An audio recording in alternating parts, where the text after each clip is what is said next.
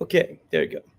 Okay, everyone, welcome to my live stream. I'm going to be talking about, as you see behind me, Forbidden Door.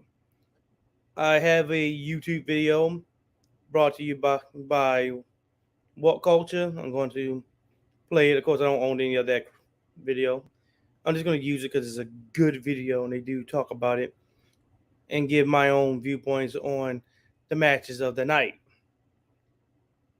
I use them because they're going to be able to go through the review pretty easily, and I'm just going to give my viewpoint on it. But also, of course, if you see in the description, I'm going to be talking about, the difference between AEW and WWE, and then give my 10 wrestlers that I believe should take on Roman Reigns.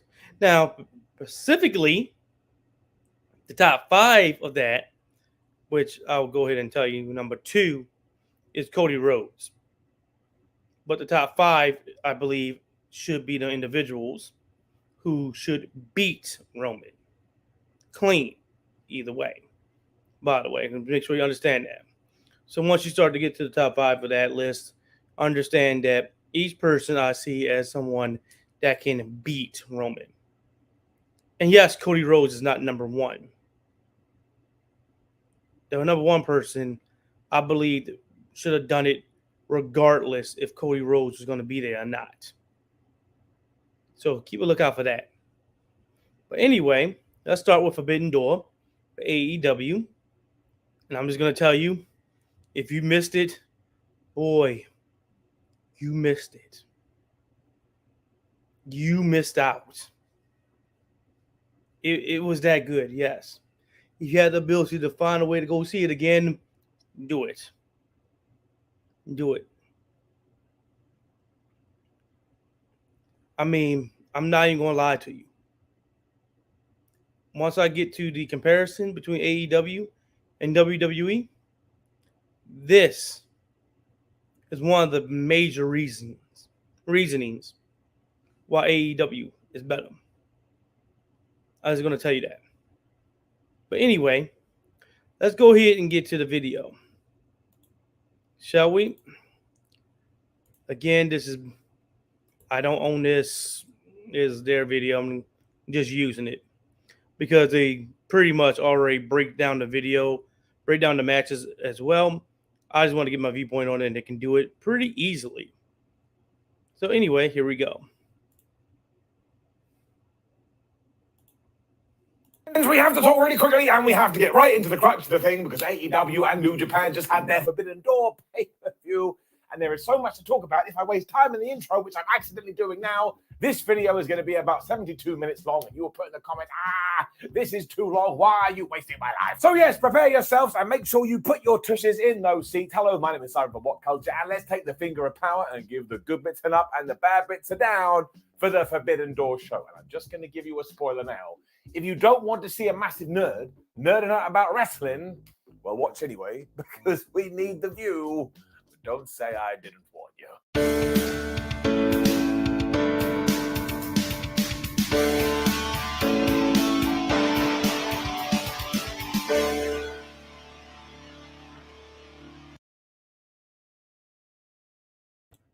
I'm just going to say, again, like I said, not a sponsor or anything, but also go watch this.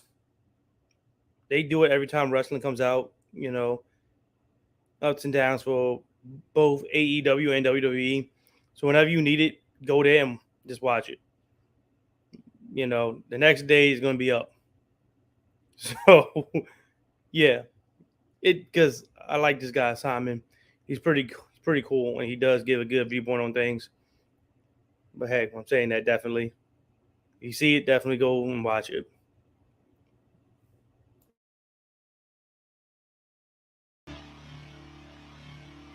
So we will start with the buy-in very quickly because Yoshihashi and Goto defeated Aaron Soli and QT Marshall. Lance Archer defeated Nick Comoroto, so it was a very bad night for the factory. And Keith Lee and Swerve Strickland were successful against Kanemaru and Desperado. Powerhouse Hobbs and Ricky Starks also came out and challenged these two to a match. And please, for the love of everything, can we do that soon? Because it's been going on way too long. And we also saw the Acclaimed and the Gun Club win. That always makes me happy. They defeated Yui Mora, Alex Coughlin, Kevin Knight, and DKC. And look, while I think all of these pay-per-views could be a little bit shorter, if you did sit down and watch this, it was like a nice massage, and it got you ready for the main portion of the thing. Give it up. Forbidden Door proper then did start, and not only do we have Kevin Kelly on commentary, which is a very nice touch, but when we were doing ring announcements, not only did we have the American one, but we had the Japanese one too. Now, in hindsight, of course we were going to do that, but as soon as I got it, I was like, yes. Our first match was also Chris Jericho, Sammy Guevara, and Suzuki. I'll never take those three teams together. Taking on Eddie Kingston, Wheeler Yuta, and Shota Umino. And honestly, somebody could have knocked on my door and said, hello, I'm the expectation wagon. I'd be like, what the flub is going on here? Why would you come to my house? And no matter what they delivered me, this would still have raised the bar. And the best thing is that Chris Jericho just walked around selling for everyone. Like before the match, we were shown back in 2018 in the Tokyo Dome, where Jericho had punched Umino right in the face. So at the start of this match, Umino grabbed him and just started to German suplex around in place while going, ha, it's time for my revenge. And all of the fans went nuts. I mean, you could have finished the thing here and we would have done a good job. It just worked. Eventually, Sammy had to get in there to help, and this caused a brawl around ringside. And I'm sorry, the Brawl is officially the sponsor of Forbidden Door. When we got back into it was Guevara versus Wheels, and that's definitely a feud we should do for the future. And then Jericho and Umino were back in, and Jericho got beaten up again. And as soon as Eddie Kingston tagged in, we've all got excited. So what did the Wizard do?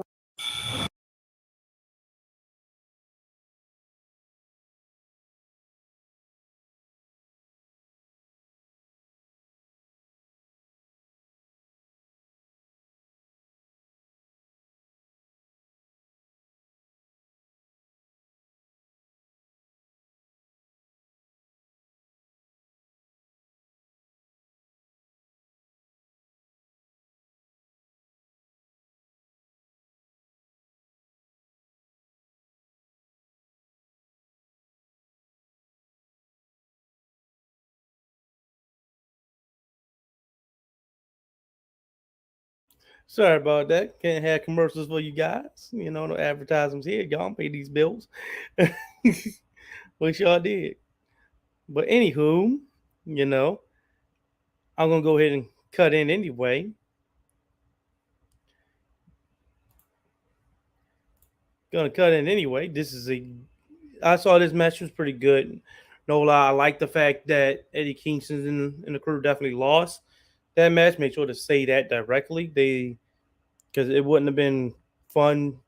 I mean, especially knowing what happened during today, they would need Jericho and the crew would need a man up anyway. And I'm thinking also this gives, the ability to have everyone in the match.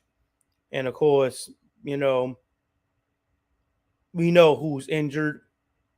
And so they can have a reason for him to not be there as well. So it hits both boxes right there.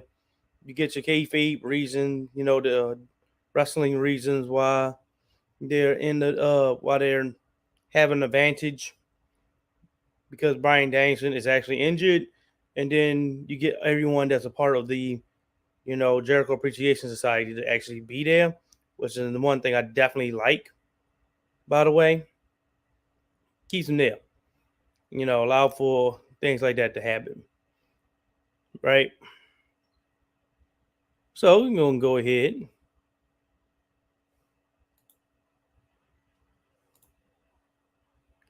Set up Eddie Kingston versus Menorah Suzuki. And once again, it was just, oh my gosh. And they punched each other in the face. They slapped the shit out of each other. They were just booting each other in the skull. And honestly, it just goes to show, in wrestling, you don't have to do much of anything, but if you create the right kind of atmosphere, you will smash it. There was then just all these dives as Suzuki walked around forearming people, because that's just what he does. And by the time the tag klaxon sounded, klaxon, not klaxon, It may have been the craziest one we have ever seen because it was just move, move, move, some kind of somersault. I think there was a code breaker in there and a Walls of Jericho. Just like, I can't keep up with this. My brain is going to fall out of my ear. I assume that Ty Conti, who wasn't ringside, was going to cast distraction at one point, and she did. And Sammy Guevara used this to smash Umino with the bat. But despite all of that, he was still able to get the Boston Crab on Chris Jericho. And that's irony. Sadly, we all forgot about Suzuki. So he came in and went all mad and started pile driving people. But we took one extra step on the we better make Umino a star journey, because then all of a sudden it was 3-on-1. And it was really awesome because he got rid of Suzuki and he got rid of Sammy Guevara, but then very sadly, he couldn't get rid of the arse guy. Chris Jericho hit him with the Judas effect and he pinned him for the 1, 2, 3.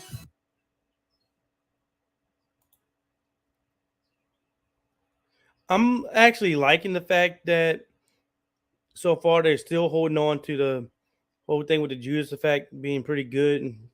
I mean, it's nothing more than a back elbow, but you know, I still like the fact that they're still holding on to it, allowing him to be able to be, unbeatable with it.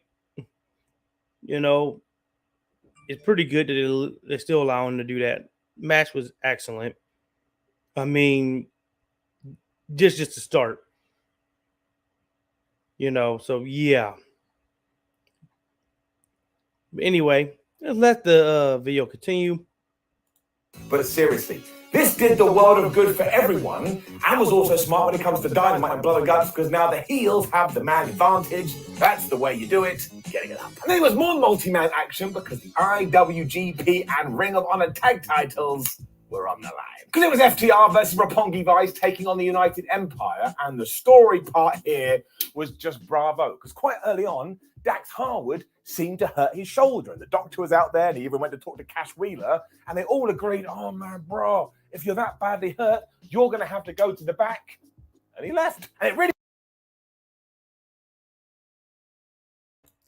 Not gonna lie, when I first saw this, I was thinking the same thing. Like, wow. I thought it was real as well. Excuse me. I thought it was real as well. I was like, oh shit. I was like, oh shit. And I actually thought they was going to lose. I was like, oh my God. They're going to give my boys titles out to people. I thought they was going to lose. I was going to be mad a little bit. Be a little bit hurt. Like, no, don't you dare. Like, sure, I like FTR. Sure, I was really thinking that. I was like, oh man, I ain't gonna lie to you. It really worked me because I was like, oh no, the curse of the forbidden door has struck during the damn show. And then about 5 minutes later, he came back out, and I was like, oh, he's okay.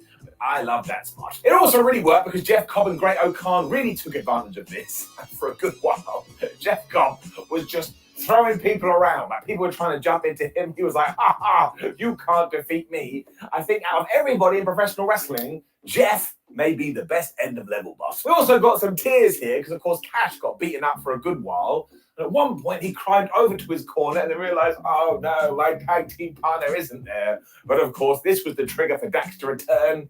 He got the tag. So not only was I crying because I was sad, I was then crying tears of joy. Harwood's shoulder was also taped like that was going to do much of anything, and he went truly crazy here, and it all built to a massive spot where all the good guys came together to give Jeff Cobb a superplex. That's how you do it. There's also this crazy good near fall where Roppongi Vice hit the strong zero onto Jeff Cobb, and honestly did this crazy double team thing, and I actually thought it was going to be the end until it got broken up at the last second. And yes, look, after this, there was some kind of weird thing with the referee. It looked like he counted 3 when he didn't count to 3, and the fans got on his back. Now, I really don't remember that. So much good stuff was going on. I really don't remember that. It did happen, but it was the matches and everything was so good. I couldn't even, remember this. And that's something that I had to say when it comes to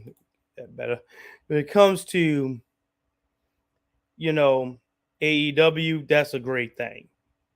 It worked out significantly better. Actually, no, that layout was actually good. Couldn't get to see the counter. There you go. Sorry about that. Still changing the settings up and making sure you can see the counter pretty good too.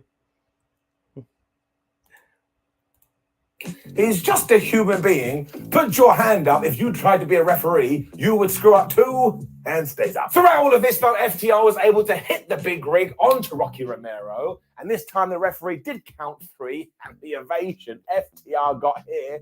I'm not surprised because now they add the IWGP belts to their staple of championships. Surely it means that a pay-per-view down the line, we do the Young Bucks versus these guys for every single belt. I need that in my life, and it's getting it up. Quick.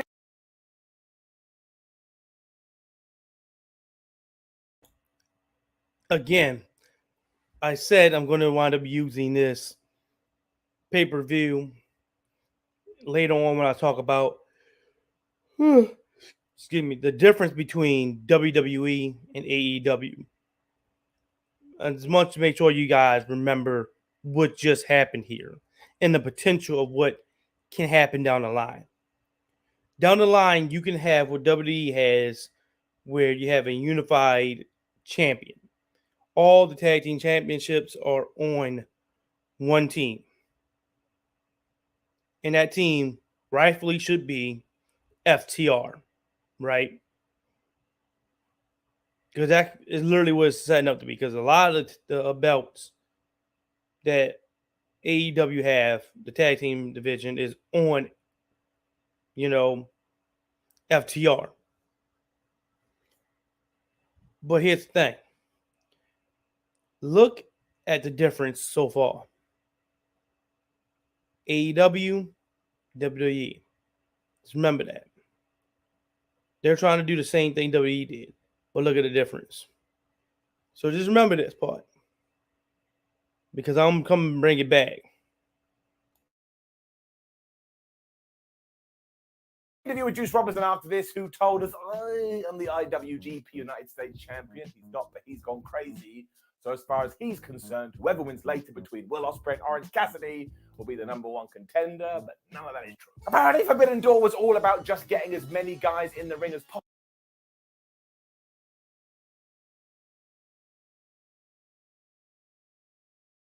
I see that ad down there. Can't allow that to happen. You know that.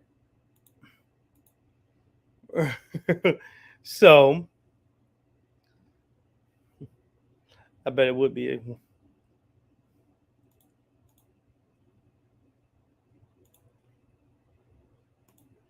There you go. Allow you guys to see that back. There you go. Match. It was Miro versus Pac versus Malachi Black versus Clark Connors. And honestly, I could have gone to 78,000 different dimensions, and in none of them would this have been bad. I mean, this really was incredible, and a huge reason for that is because throughout the thing, Miro was just allowed to kick ass. And as you know, if you've watched Ups and Downs before, I love Miro. He's my hero, and I love watching him break people. Bless AEW too for remembering that Malachi Black and Pac had been feuding for ages, because as soon as the bell went, they started to fight. Again, make a notion of this as well, because this is, again, a trope that WWE does very little of, actually, but something I'm going to use later. But already about this match, it was great. The new dude that was added on to it, because I think his name was Clark something, but he was added on. He was a dramatic underdog, right? Everyone knew that pretty much he's definitely not going to win. But the good thing was that they actually made it seem as if he could. Right? They gave every notion that brother could win this match. That dude had an actual chance in winning. And that's the one thing I definitely have to say. It was great. Because he okay. He sent Jensen actually winning. Because there was times where he got the leg up on these guys. Don't worry, he's going to talk about it as well. And we had more narrative here, which was basically, for a good 7 minutes, poor Clark Connors got beaten up. Now, if you were a smart wrestling fan, you probably knew he was going to take the fall. So there was one moment you're like, man, poor guy, he's just going to get whipped. Then everything changed. Because Black had decided that all the moves everybody was doing wasn't enough, so he got a table from under the ring and he put it over Barry Barron.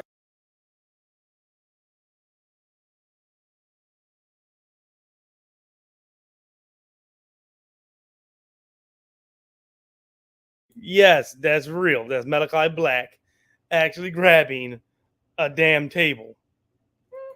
Like, bro was like, this Miro dude is too strong. I gotta get a table and put this dude through. Dead serious. This is like, you see why I like this. You know, you can see it. You know, oh, okay. He like, hold up. This Miro dude. That's your, you know what I call him to get your bill. Citibank. But that's like, he like, oh. He like, dang, I can't beat this dude. I gotta throw him to a table.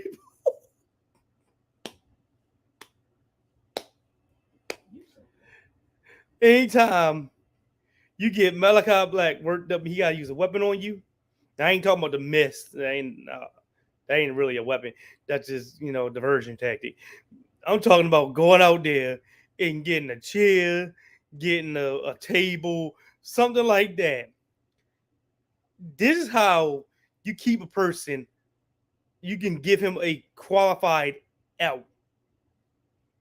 You have a good, stable individual like you have here, and he gotta say, damn, he normally just overpowers people. But this dude is so strong and so good that is not enough. Malachi Black had to get a table. Like, he said, damn, I'm putting this through. Putting the dude through. I'm tired of this dude. Wow.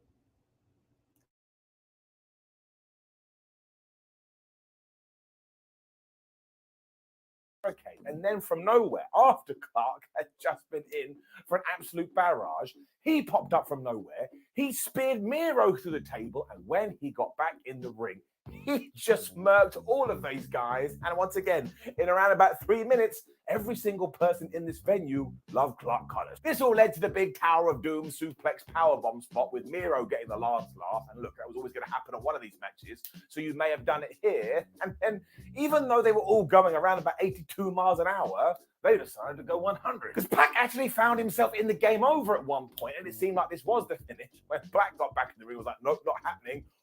And he spit the mist right into Miro's face, and then he applied his submission onto Clark Connors when, from the top rope, Pac decided, well, I know how I'm going to break this up.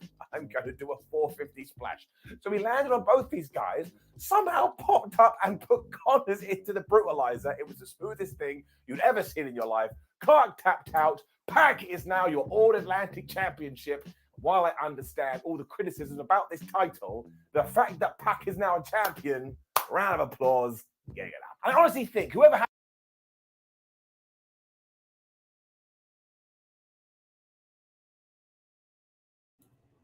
I don't see anything wrong with this. Bastard Pack needed the, you know, title. I mean, for real. And I love the fact that they created this title. I don't see a problem with it. There's no such thing as having too many titles, really. It's about having enough people to go against individuals for the title. Right now, AEW has 500,000 individuals. So you at least need to have 500 titles. So they have enough titles because they have enough people to challenge for those titles.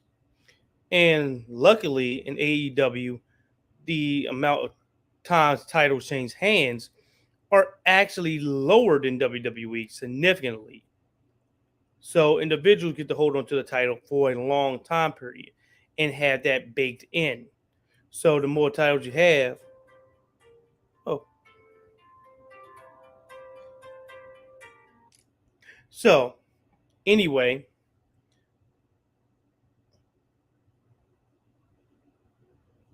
anywho, once all that's taken care of, you have a bunch of these individuals that can actually go against each other for those titles. So it's not as bad as people, plan it out to be.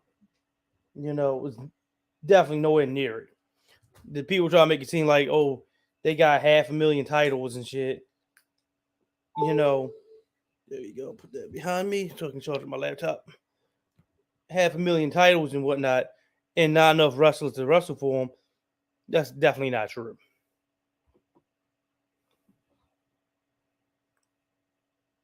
Anyway, let's let the had to walk out after this. If they had gone, oh man, we've got to try and top everything we've just seen, it wouldn't have worked.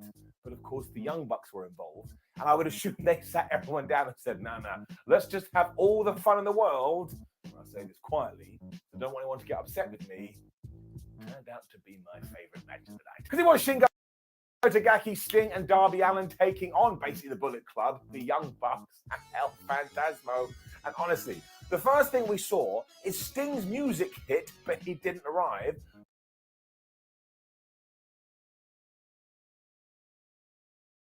Yeah, this is a portion that I definitely like. So Sting's music hit everyone because Darby Allin came out. He skateboarded down towards the ring, was all looking all good and whatnot. Then they called for Sting, but Sting didn't show up. And then that's when the Bullet Club and whatnot came out. Lights go dark because I know he's not gonna say this. That's why I'm telling you guys this already. Lights go dark, and right up in the Raptors, right up there in the Raptors is none other than Sting. Goes dark again, bam. Then what you're about to see happened. So I wanted to make sure to get the play-by-play. So when the bad guys were walking to the ring, the lights went off. And when they came back on, 63-year-old Sting was on the entranceway, on the top of it, and he jumped off and he killed all these dudes with a dive. So that's it. Sting is officially the greatest wrestler ever, and I ain't hearing anything else. Alan also took out Hikuleo with his skateboard, so everything was happening here, and then my dreams came true. Because all I wanted from this encounter was a bunch of back rakes. So ELP and Matt Jackson tried to out back rake each other, including at one point, Matt Jackson just doing like flip, flip, flip, flip, cartwheel, up, down, left, right, what you gonna do? And then he hit one. I was like, that's it. You've done it. I give you 5 stars in the Tokyo Dome. Yeah, it was like that. I mean, he's not joking. Everyone's giving different, they was tagging in and one person holding on to Darby Allin, because it was Darby Allin taking all this, by the way. And one guy, he would do a bunch of jump moving and rolling around and flipping, go over, back rake Darby Allin. Then tag back in another guy. They do something else a little bit longer. Then the other guy does something extremely long gimmick type thing. Then his back rake. Like, no joke. Like, really, if you couldn't get out that man holding you there for that long period of time, bro, you Darby Allin, you in some bad way. It was that. Again, I say you had to see it to believe it. It's that funny.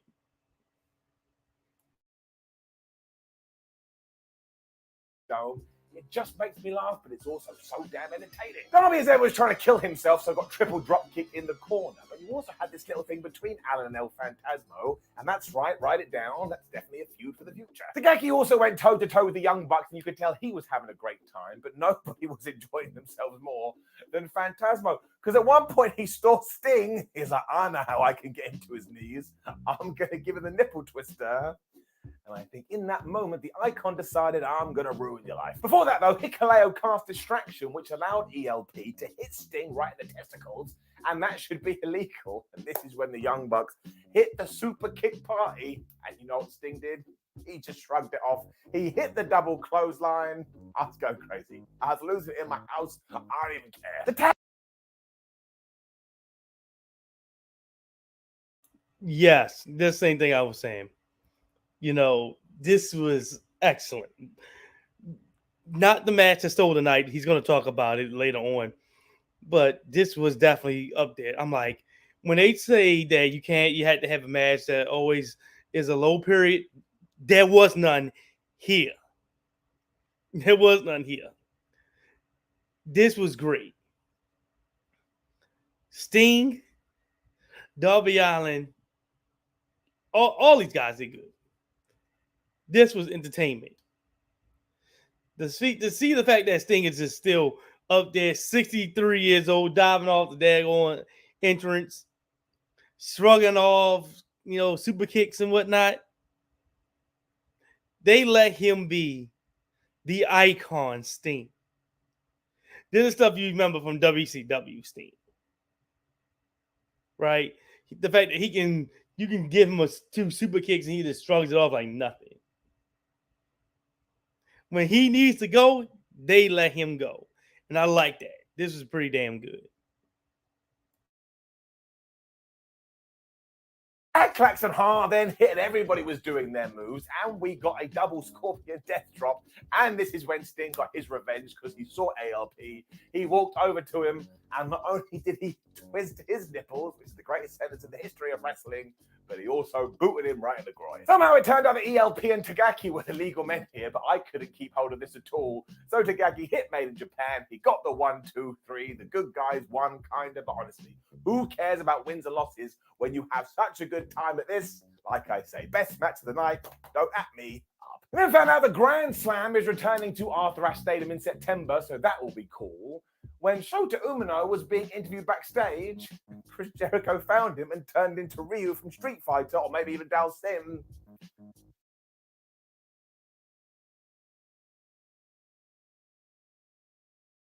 Yeah, I don't know why they did that. Maybe he's going to be set up for something later on. I'm hoping so. Maybe Blood and Guts, it pays off. I'm just want to make sure that, this does pay off. It's not just this one pay-per-view thing and you just let it go about his wayside. I'm hoping that this does pay off in the end, because AEW so far has been doing that, allowing for something like that to happen, and it does pay off in the end where the wrestler comes back and is angry and has a feud with the individual that did something like this to him. I meant to say wrestler on purpose, because I do know that Jericho did that to some like backstage hand, but that's the backstage person. It's not a wrestler, right? So I'm hoping that does happen. Put a fireball into his face.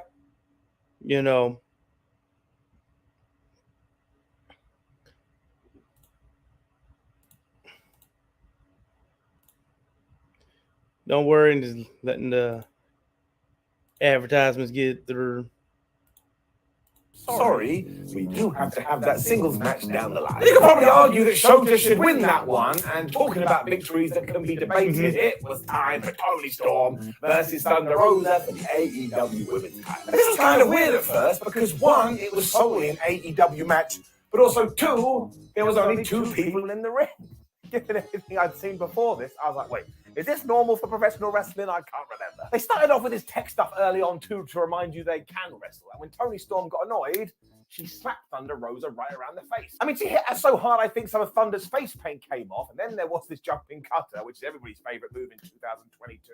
And eventually, Thunder Rosa hit that Northern-like suplex with a pin. My word, that's a thing of beauty. She also went for the Fire Thunder Driver, but somehow that was turned into the most devastating move in all of sports entertainment, the surprise roll-up. But then that was somehow turned into a double foot stomp, a bit like wrestling tennis. Clearly this wasn't enough because we then had a German suplex on the ring apron, which is the hardest part of the ring, when Toni Storm did a DDT to the outside, like we don't care about brains. For the third Toni Storm match in a row too, she just started spamming DDTs, but I love it.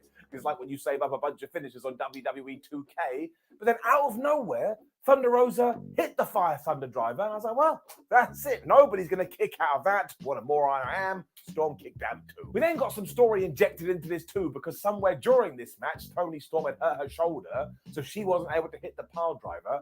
Thunder noticed this. She went after that joint, and then of all the moves, hit the final reckoning, which is Dustin Rhodes' finisher. That was too much. 1, 2, 3. She retains the title. So this was really, really good, and I love the fact we had a clean winner. It doesn't do anything bad to Toni Storm. It just wasn't her night, and I really hope we use this to create even more momentum, because I can feel it and I can smell it, and it's getting it up. And then the madness returned.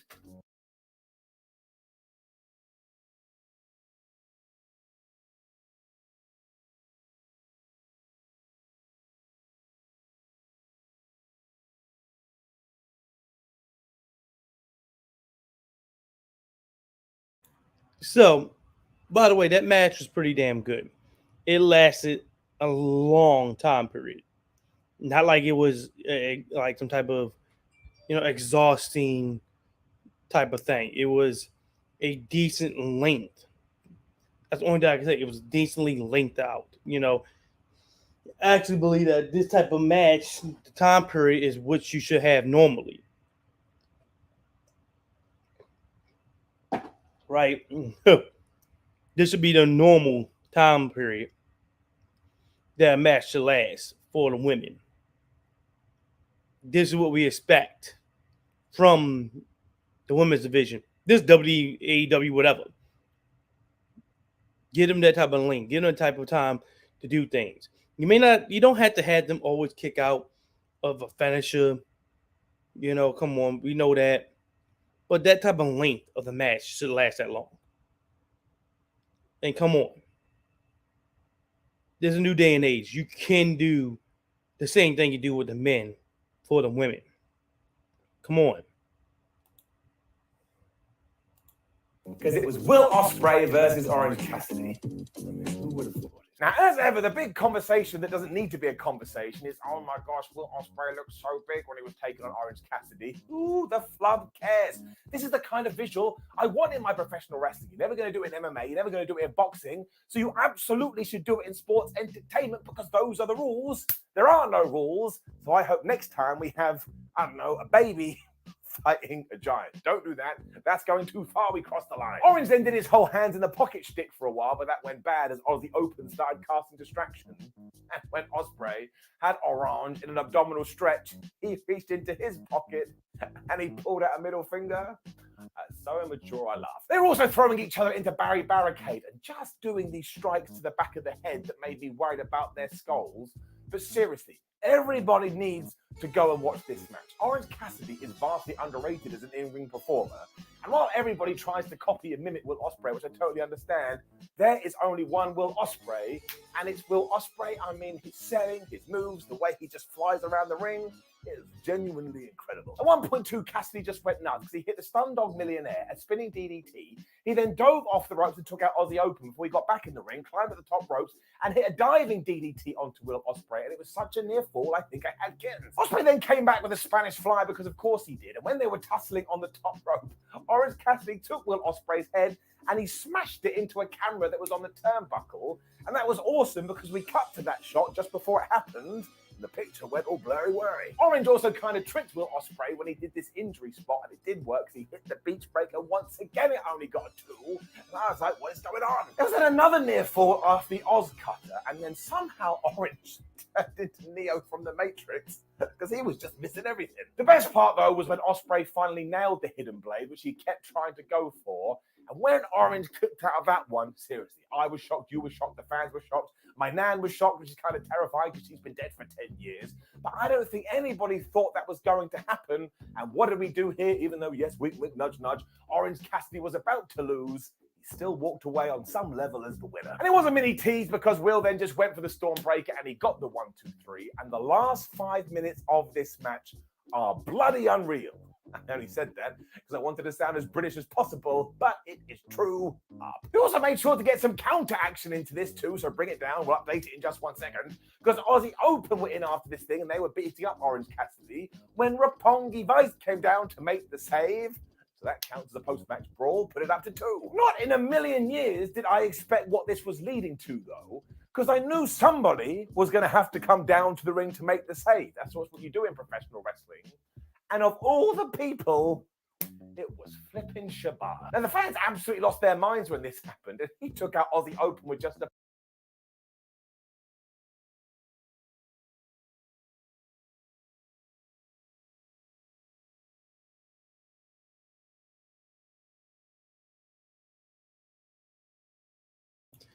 Yeah, I know. It was a good one as well. You know, the post-match thing was the thing that got me kind of worried because of like, oh, cats got many people down there, bruh. You know, got kind of worried because the guys came down there and they started beating them up too. And so I didn't know that was going to happen, you know. But I'm glad it did. And boy, I enjoyed it. Again, no bad matches here. You're seeing it. They're going 500 miles an hour. Going. There's no down matches. Everyone is enjoying the match. I mean, seriously.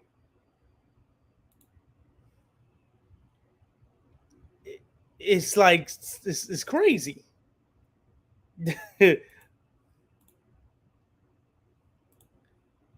It's crazy.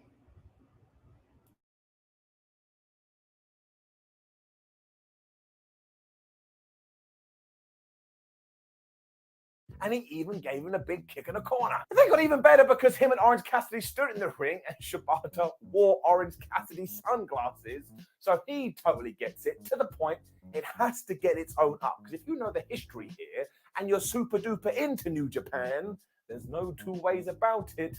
That was a moment. AEW also wanted to challenge themselves because I think they went, oh man, let's get these fans to cheer even louder.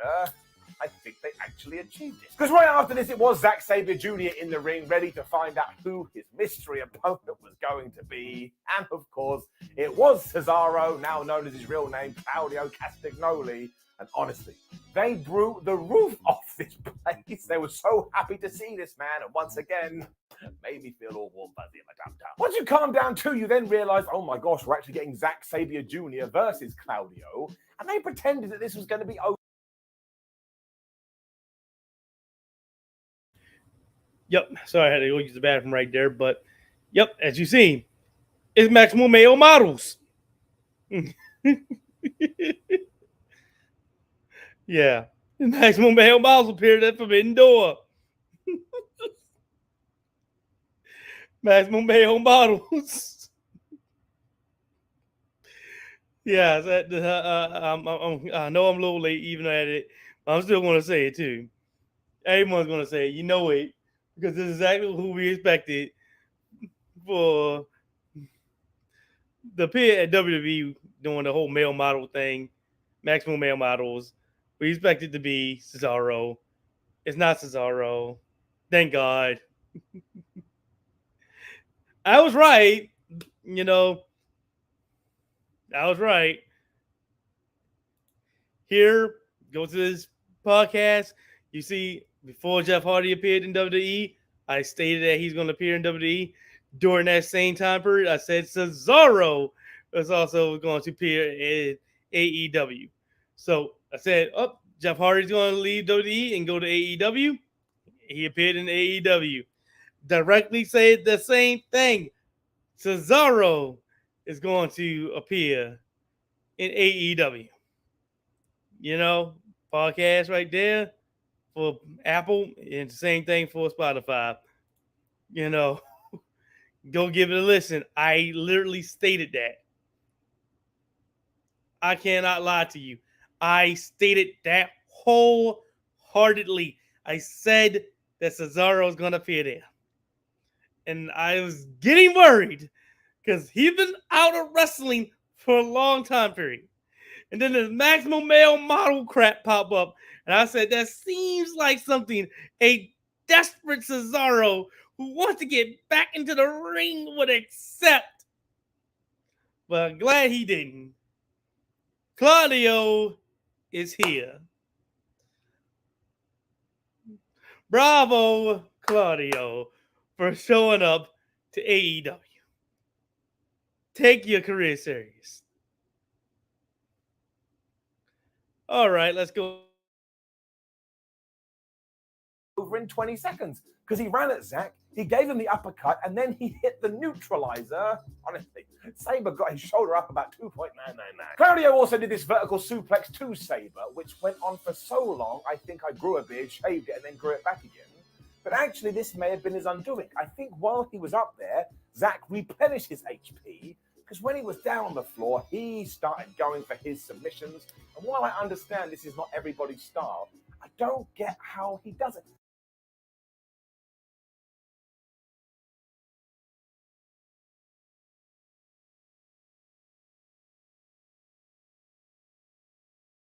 I had to stop him because he's going to say something that I've been hearing as well. I've been hearing groans like that as well.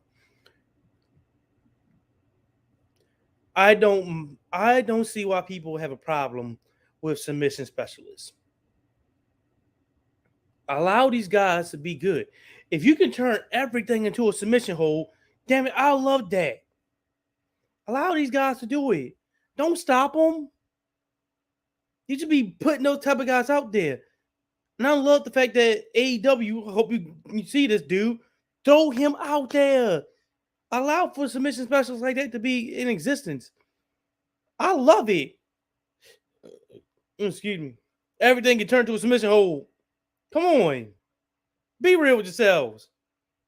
Now I know it slows the pace down.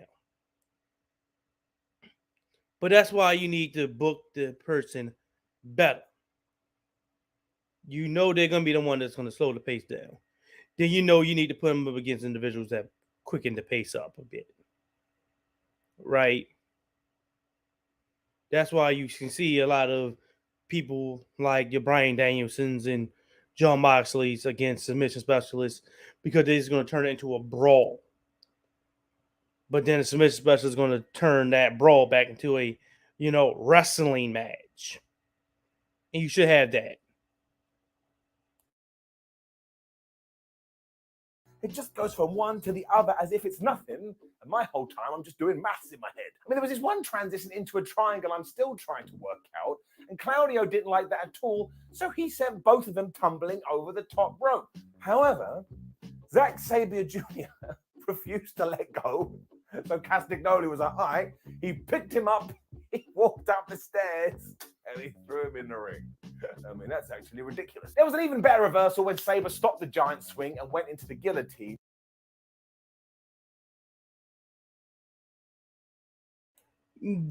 This is the first time I will say, nah, you had to see that. Him explaining it doesn't do it justice. It wasn't just a pickup and place in the ring. He literally yee that man off. He yeeted that man off after walking him up the stairs while he had this submission hold on him. He carried that man like he was a paper bag, like he was a shopping bag. He went grocery shopping.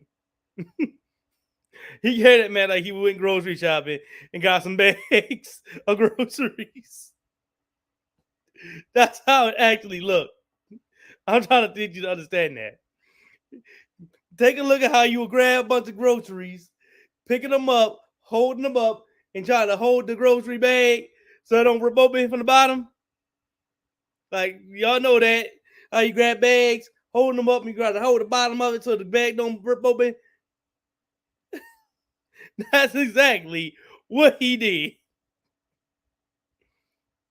And then he went, after doing that, dropped that man into the ring. He yeeted him into the ring.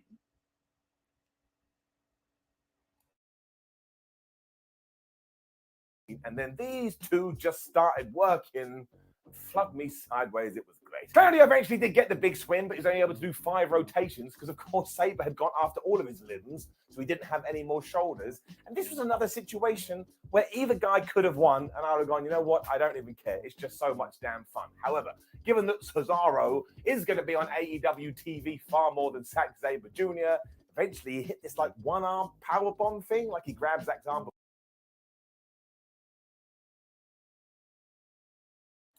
Yes, because he created a new finisher for AEW. That's why when people like me got fooled because he used his WWE finisher in the beginning, and everyone knew back in everyone when he picked him up already knew like he's gonna come out there and do that because he had a new move.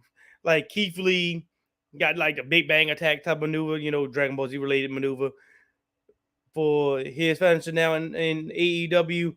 While before it was a Spirit Bomb in WWE. Yeah, it's like these wrestlers are creating new maneuvers that they only use to win by. Now they're creating new finishers while still simultaneously still holding on to the ones that they use in WWE. I like that. It's kind of cool. Gives them a little bit more finesse. And hey, works out in the end. Gives us something else to see. Beforehand, but it looked quite cool. He got the 1, 2, 3, and everyone stood up in unison.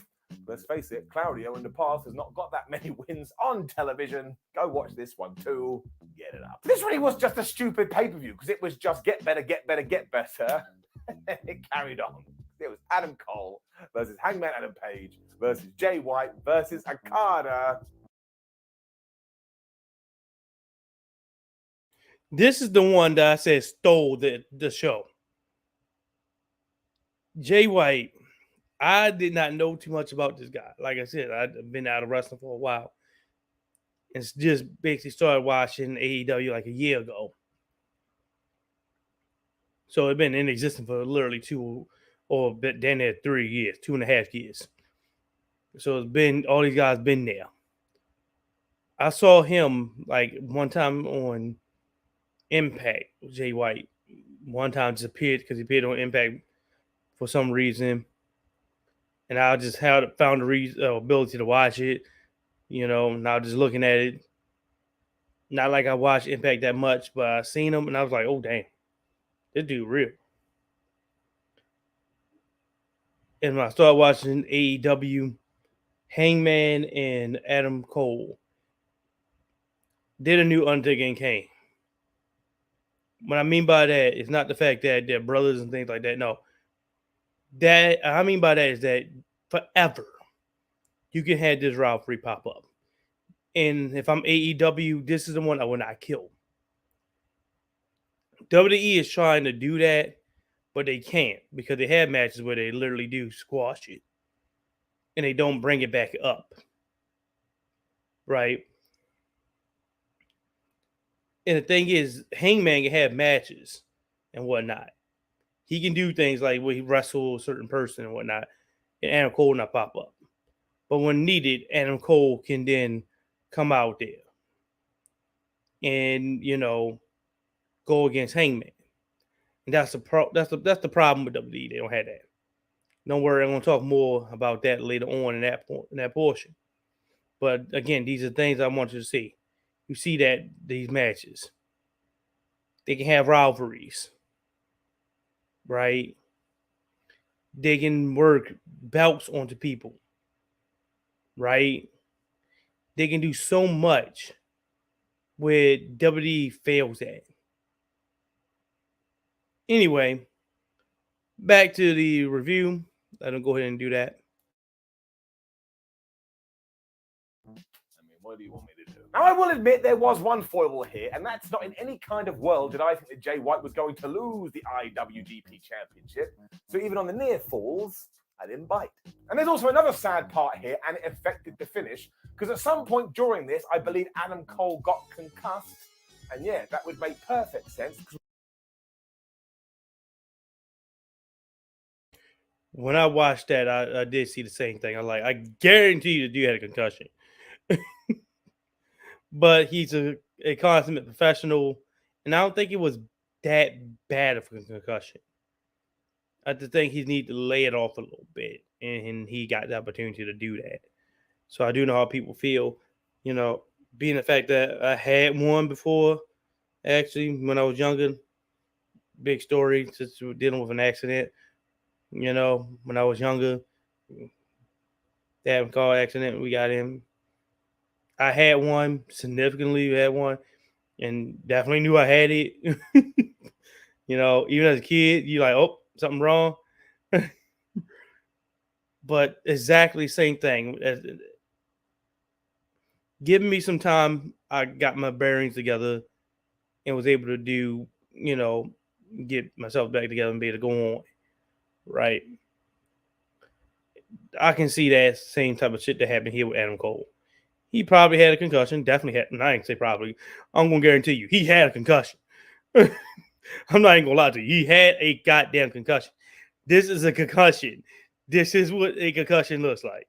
There's no ambiguity. He can't lie and say he didn't. This is a goddamn concussion. Like, no, bro, that's a concussion. You had a concussion. It's the fact that he was able to, work it off a bit. Not completely, but he still could finish the match. And I applaud him for that.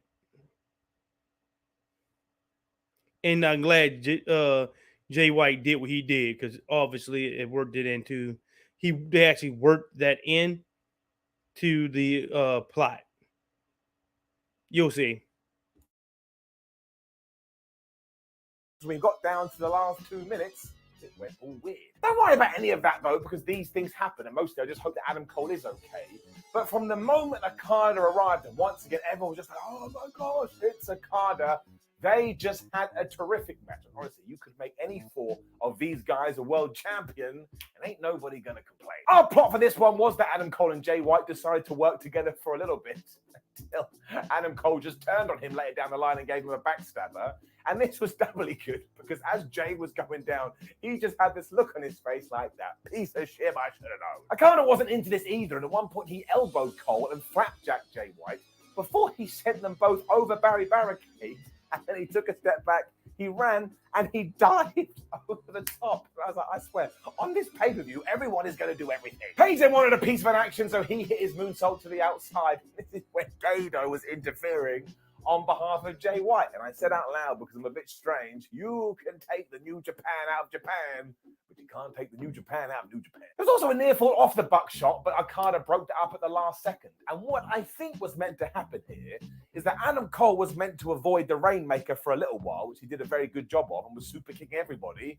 Before he did get hit with the Rainmaker, Jay White runs in, gives Akada the Blade Runner, he falls out the ring, and then he notices, oh my gosh, Adam Cole is still down from that devastating maneuver. I'll pin him and retain the title.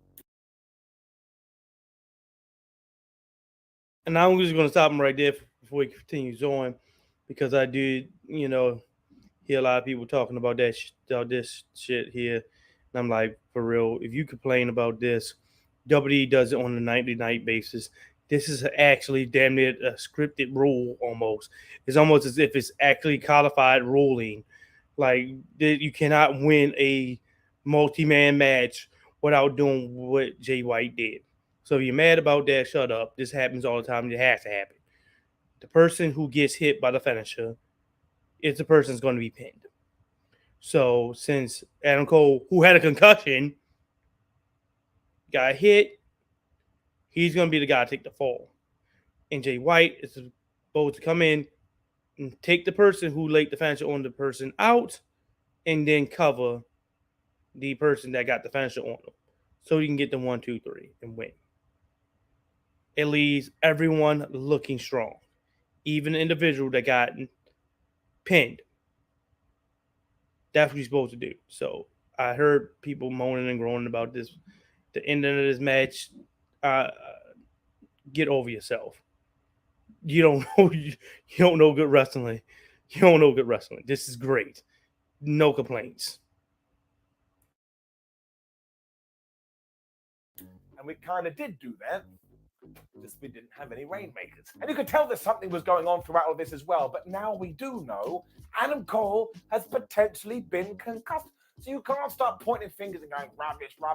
What would we do if we were knocked out in a ring? I'd probably run away or freaked out. The fact that he was able to stay there and do something, well, I say bravo. Also, everything before this was just so damn good. And again, we go back to that slogan, shit happens. So it still does get an up. And hopefully we can redo this down the line where everybody stays healthy. But but I tell you, it was still so damn good. At this stage, I honestly couldn't remember. Do we have any more matches, or is it going to be the main event? Because there just was so much. But actually, it was time for our AEW World Title match: Jon Moxley versus Tarahashi. They smashed it. This was another one where I was like, well, there's no way that Jon Moxley is going to lose here. But Tarahashi is such a legend, is so damn good. He was able to make me believe. I mean, you could put me in the ring with Tarahashi, and everyone would walk away from it going, wow, that's Simon Miller. What a good wrestler. No, I'm absolutely crap. But it's all because of the ace. Interestingly, too, Tana was actually working over Jon Moxley's leg in the early going. And I was like, oh, well, I didn't see that coming when Mox got to his feet and he hit him with a cutter. And I'm sorry, he has done that multiple times over the last few weeks. So that's it. As I've already said, move of 2022. He also hit a pile driver onto Tanahashi, and I was like, you can't do that to the ace, and I don't even know why I said it. And then he was all, well, two can play that game, because he went for the Texas Cloverleaf, and he went for the crossfire. Tanahashi had to get to the ropes. The ace then fired back with a sling blade, but still found himself being thrown into Barry Barricade. And this is when Jonathan proved he meant what he said, and he respects nobody in the ring, because he grabbed this man and he uranagied him through the damn table. I mean, the man is 45 and he also has lovely hair, and this led to this really cool count-out tease I wasn't expecting. And by the time they were fighting again... Yes, he said the count-out tease. I definitely wanted to bring that to you guys' attention, because as I found out while watching it, in New Japan, they have a 20-second count, while we normally have 10. So Jon Moxley was doing what you're supposed to do, using the rules to your advantage. That's what he's supposed to do. So he's like, all right, I'm going to slam this guy through the table. He's going to probably think he got 20 seconds and get up at the 10, and it'd be too late. I like that. That's a good rule. That's a good work. That's how you're supposed to do it. That shows that that they're taking everything and throwing it at each other. They're trying to win. When you try to win, you use every tactic you can. And Jon Moxley showed, I'm trying to win here. I know he's a good wrestler. All that's good and all, but yeah, still want to try to win. And I'm glad he did that, because I would have done it. I mean, as a matter of fact, everyone would have done it. There's not a person alive in here that knows if you're wrestling like that, you're not going to use their lack of knowledge, their ignorance against them. Of course you would. Of course you would.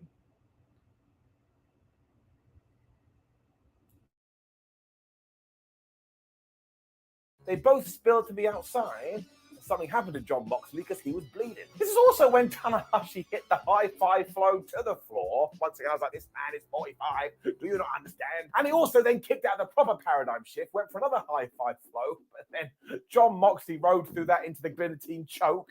This is when people started to boo Jon Moxley. He was there bleeding like, oh, I want to win the championship. And everyone went, no, we disagree, boo. We're not saying boo words. This is just the power that Tanahashi has, though. And even though he was able to power out, and Jon put him back in that move around about 92 times, eventually we got the Death Rider, which is like the paradigm shift times 7. That was enough to keep him down. Jon Moxley is now the first ever 2-time AEW World Champion. And I think that is a badass stat to have on your record, and this is getting it up. There's also some love and animosity between the two afterwards, and this is when bring the counter down and mark it up to 3. Because Chris Jericho was here, Wheeler Yuta was here, Daniel Garcia was here. Basically, everybody involved in Blood and Guts decided, well, we better get out there. This whole thing has been about post-match brawls, so why don't we do another? Claudio was also back out too to another big pop, and of course, this was to do the giant swing. And of all the people, he did it on Angelo Parker. I was like, damn it, that's perfect. It got even better too, because afterwards, Eddie Kingston and Claudio then got into it. And if you know anything about these two guys, they do have history, they do have beef. So how are they going to coexist? But please nobody say that. I can't handle it in wrestling.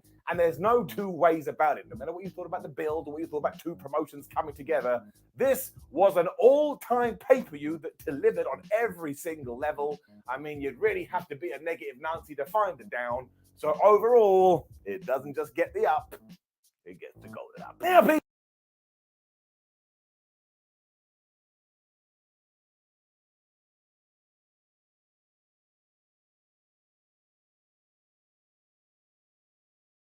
As you see, it's pretty good. It worked out well, exactly like he said. There's not a problem with this at all, period. Forbidden Door was excellent. If you missed it, you missed out on it. If you have ability to go see it somehow, go see it. I mean, it's one of those things where, yeah, it was a good pay-per-view. I mean, like I said, this is one of the reasons that I'm going to be using when it comes to talking about the difference between WWE and, of course, AEW. Speaking of, let me go ahead, go to my virtual layout here.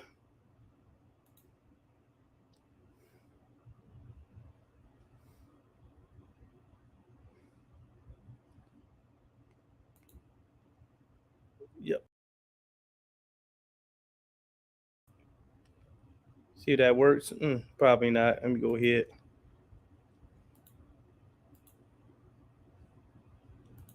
There you go. Go back to my regular layout. See if I can change that background again. If it does, it works. It works. Good. There you go. There we go. Get to my proper, layout right here, so you guys can, you know. Sorry about that.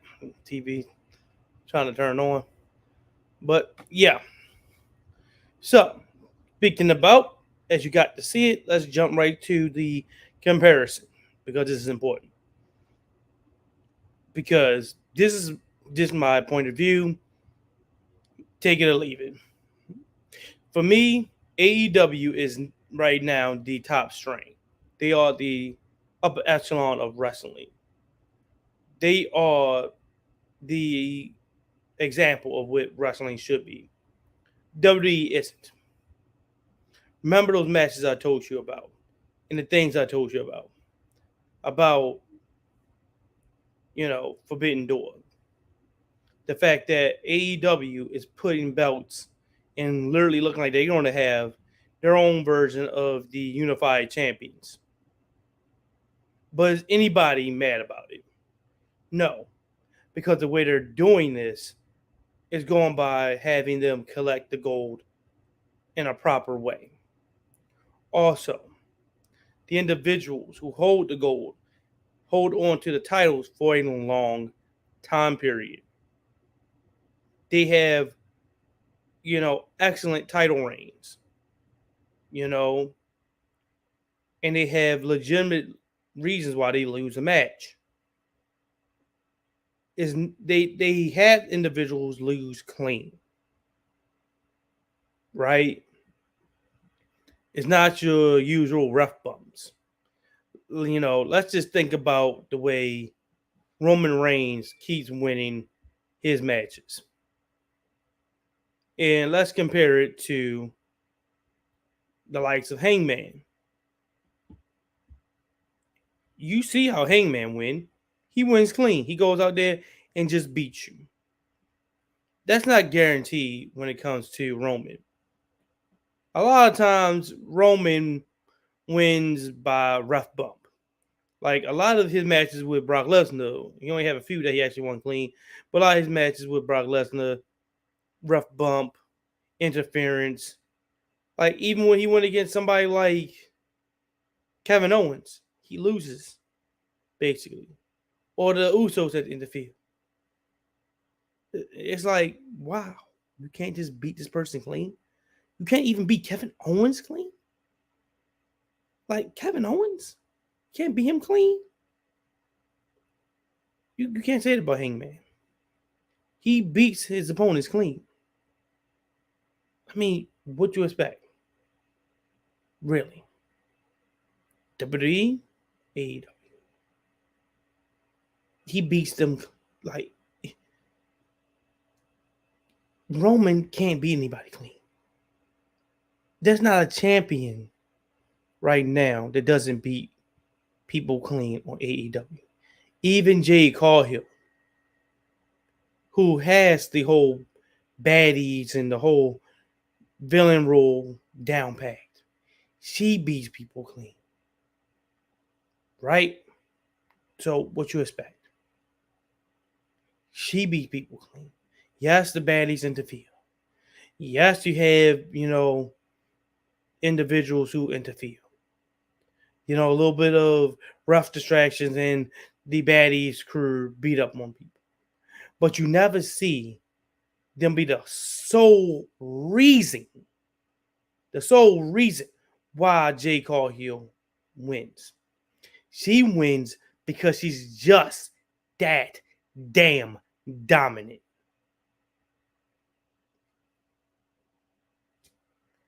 You heard before with the whole feuds being brought in. Oh, this person had a feud with another person. Like with Malachi Black and Pac. Well, you do know that AEW doesn't constantly shoves it down your throat like WWE would do. No, this is a feud that they had, but now it's coming back into this match. That's how you're supposed to do it. WWE literally kills off. Like after a certain point of time, the storyline literally dies. And you have people wrestling each other or wrestling with each other or team with each other that real like wait about a couple of months back y'all had a real feud with each other and then they hated each other. WWE needs to be to bring that back, right? Look at Hangman Adam Page, like I brought up. Hangman Adam Page and Adam Cole. When you don't have to have them always going against each other. You can have it pop up. Hey, remember this person? Adam Cole can pop up and he hates Hangman, even though he was beat legitimately, right? Okay. You telling me that can't happen? You can't have it where they legitimately beat this individual?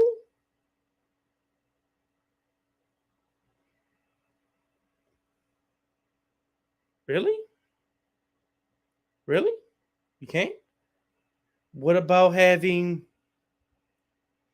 that happen? Like you can use, let's say, an Edge. Like right now, Edge been taken off the screen. Right? He's no longer with Judgment Day. Now Judgment Day is pretty much dead because they've written him off into the dark matches. But still, you tell me Edge wouldn't come up, cause Roman to lose a match? Don't forget, Roman embarrassed him in one of the pay-per-views. Smash him and stack him. Pin him 1, 2, 3. Right? Remember that? You got embarrassed. That should come back. Edge to say, oh yeah, remember me from then?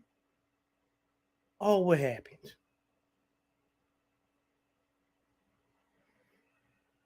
Things like that. You should be able to have proper beef with someone that you can pull to when needed, and it doesn't look like it was rushed or BS'd. AEW does it so well. And watching this pay-per-view, I began to notice why I love AEW better than WWE. And that's because they treat their fans with respect. AEW has pay-per-views. So they're going to give you the best of the best of the best. As you've seen, legitimately, they had a reason to take their champion and lead them off of a pay-per-view. Yes, I think Jay Cargill wasn't on this one, but they had 14 matches on that night. 3 of which they just ran through on the ups and downs. Because they were matches to get your, excitement up for the buy-in. right? But they still did it. It was still good. But then you come to the rest of the match. AEW said, we're going to treat you with the respect you deserve. You're not idiots. You're not just going to come here every time. We're not going to take you for granted. WWE takes their viewers for granted. Look at what happened last night. Do you think WWE would have anywhere near 11 to 14 matches? 11 on the actual pay-per-view or WK's premium live event. 3 on the pre-show, which is the buy-in. Do you really think that? No, they're not even going to have fucking 6. And every match got the enough, got enough time period for it to last. They're afraid for that 3 to 4 hour time period. But if your guys aren't that good and your guys can't put on the match long enough, if you can't make everything entertaining, then yeah, you'll be afraid that like that. AEW isn't. This was 4 hours, but I can tell you, I couldn't even tell. If you would have told me, well, Trey, that was 4 hours. Really? Really? That was 4 hours? That was 4 hours.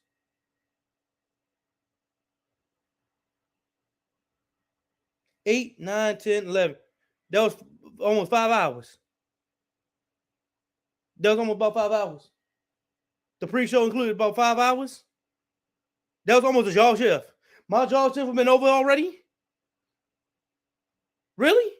They can actually go in for 6. Or even a whole 8-hour shift. I wouldn't even notice.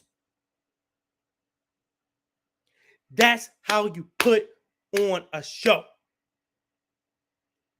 AEW put the work in. That's the reason why they're so much better. The pay-per-view point is what I'm sticking at. The fact that they know that their patrons, their people are paying for this, gives them the idea of saying, I had to get them the best of the best. If I can't have my champion, damn it, I'll have an interim. Same thing. If Roman Reigns don't want to wrestle, get off the fucking belts. If a person gets injured, interim. If another person gets injured, get someone else in there. Bryan Danielson was injured in that match. So what did he get? Claudio. You bringing a person back, plus give me a great match with him? Okay. I ain't even missed Bryan Danielson. And this was a promo for another guy versus Bryan Danielson. It literally showed the promo. Didn't even hint at Claudio. You know how crazy that looked? But AEW got away with it. Because they knew they could. Because they didn't take their, fans for granted. They didn't take their fans and call them stupid. They knew that they can handle someone being placed in that match just in case. Because they have matches just because of matches. They don't always have to be a feud. If it's going to be a feud with a individual, a group, you can replace people in that group. Like what's going on right now with, the likes of, Damian Priest in Judgment Day. Why are they in dark matches? Oh, Rhea Ripley's injured. So go get Raquel Rodriguez. Go get somebody. Bring back Bayley. Anybody to take Rhea Ripley's spot. The only thing that makes Rhea Ripley important in this spot at all is the fact that she's a woman and no man is going to put their hands on a woman, of course, until they just do. And that's the point that they were building up towards.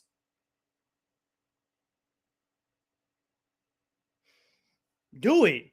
And you don't have to have Rhea Ripley come back when she does get back healthy. God willing, she does. I mean, please come back healthy. Watch out. Don't roll too hard. But please come back. Come back. I want her to. But you know, she don't have to be take the other person out. She can actually work with them. Get these women more, you know, some more view time, some more importance. 4 hours. WWE gets scared for 3. Matter of fact, it's an endurance for 3 when it comes to Monday Night Raw. What's about to happen tonight.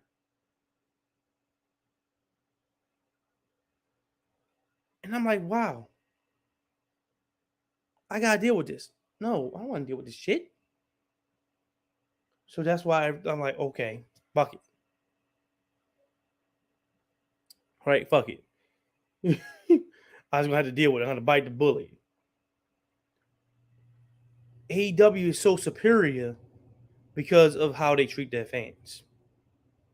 One, treat their fans as if they're guaranteed to be there. The other ones is like, hey, we want you to be here. It's like McDonald's and Chick-fil-A. AEW and Chick-fil-A got the people who are going to say my pleasure every time.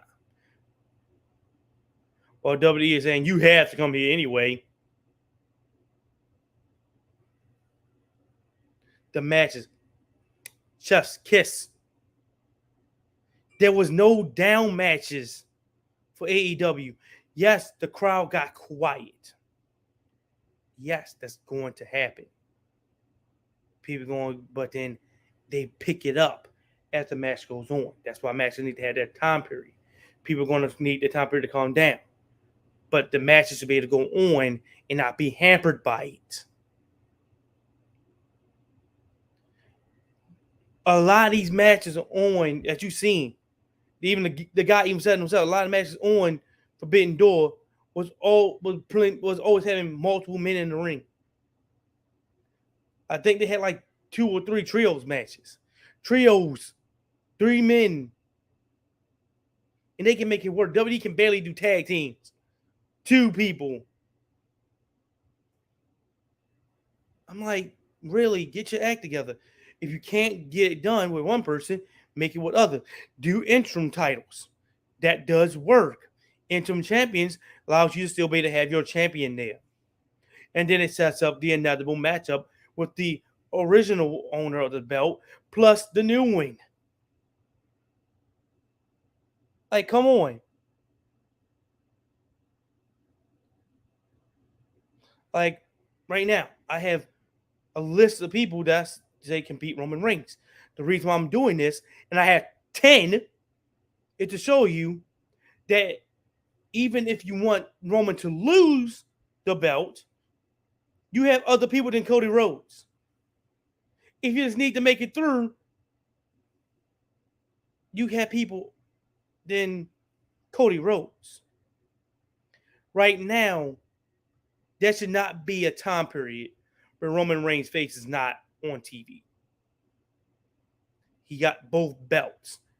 He should be there. Like tonight, he should be there tonight. This is the difference. They're allowing for this to happen because they don't have any type of creativity. Like, you need to put people on there that have some creativity. Hell, it's not just listen to the goddamn wrestlers and then go with there. As you see with AEW, sometimes they know what they're doing. That's the difference. Again, AEW right here. I'm going to go ahead and put my hand there. Make sure, there you go. Make sure I get it right because on my other side. This one here is significantly better than this one. This one here takes their fans seriously and understand that they're intelligent. This one here doesn't. Anyway, enough of my rambling for that, but I had to get that off my chest because I just seen the Forbidden Door, a 4-hour pay-per-view compared to a premium live event. I'm going to go ahead and finish because since I brought it up, the premium live event thing should not be it. I do know, I love the fact that they are allowing for, people to be able to buy a streaming service to actually be able to have access to it, so you don't have to worry about always buying viewership. That's significantly better than buying viewership, is to have guaranteed viewership there already because you have it with a streaming service. Okay, that's significantly better. Yes, it makes more money. It's almost guaranteed more money, right? But right here, see what AEW right there, them, they use pay-per-view for a reason, because they know when people pay for something, they're expecting something back in return. They're expecting to have some type of, real world, down to earth type of thing. My money has to get its value. I need my value back. They say, here, take your value. This one here, them, they say, get your value. I'm going to give you more for your buck, for bang for your buck. Your money is going to be valued. This one here doesn't, because they don't have the whole thing with value with money. Maybe if they decide to think of this as a pay-per-view instead of a premium live event, that it's just another live event, you can understand that, hey, people expect more. There's no B caliber tier of pay-per-view. Not with them. They don't say that. They say all our pay-per-views are A quality events. They don't. Big difference. That's the difference. Their pay-per-views are all, because I'm saying it, every pay-per-view so far has beaten WWE's, in my eyes, have beaten with the quality of matches and the amount of matches, has beaten beaten WrestleMania for WWE. Every pay-per-view is WrestleMania for AEW. I'm not paid to say this shit. I'm just saying it because my eyes are telling me it. I have genuine excitement when I watch AEW. I don't get that with WWE. AEW expects you to have genuine excitement, and they don't treat you like an idiot. Okay. She's kind of asleep right now. Knocked out cold. Yeah, well, he was snoring. he was snoring. He was snoring hard. But anywho, I'm gonna go ahead now as I'm done. Whew, I'm getting that off my chest because that felt good. Because after watching Forbidden Door, I felt as though, yeah, I need to talk about that and finally get off my chest. Why it is what it is. I feel this way for a reason. I love AEW significantly more than WWE. I had to get that off my chest. As a viewer, as a member of the general public, I feel as though I'm being treated a lot better with AEW. And this is not like sponsorship or anything like that. They don't sponsor me. I wish they did, but this is real, 100% real. From the bottom of my heart, watching the two, and the fact that I've been out of wrestling for so long, since I was in high school. I'm a 30-year-old grown man getting back into wrestling. AEW is more impressive, significantly more impressive. If you watching any type of wrestling, you have to watch AEW. This is not a sponsorship. I know it sounds like it because I'm using the same type of buzzwords that they would, and I'm surprised. Definitely me. I got my bachelor's degree in business management. I never try to fall for this bullshit. But for real, this is a legit. AEW is significantly far and beyond better than WWE can ever be. And I found out they've been around for only 3 years. What the hell's gonna happen in another 3? There's 3 years? And y'all this good? Anyway, let me help WWE out by giving them a few wrestlers that they can use so they can have Roman Reigns just appear on TV enough. Since you want to have people who, even I have 5 people in this list that can beat the top 5 individuals I believe should beat Roman Reigns clean. Now, don't worry, I'll give you reasons why too as well.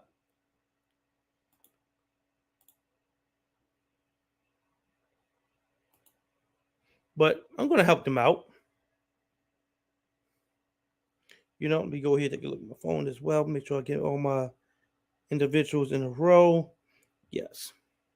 So I'm using, pictures from Google search, so bear with me. But you get the gist when you hear it. Anywho, here's number 10. Believe it or not. Yes. I can go ahead and put my face downward in the corner there. Don't have to worry about that being side by side. Yes. Number 10. The person I believe who's to take on Roman Reigns, he can lose this match, by the way. But he will benefit significantly from being pushed to be able to take on Roman. It's right here. Mustafa Ali. Mustafa Ali. Let's just look at, she's sleeping over there nice and good. She's snoring hard. Oh, I hear you snoring. But anyway, Mustafa Ali, I'm start messing with her.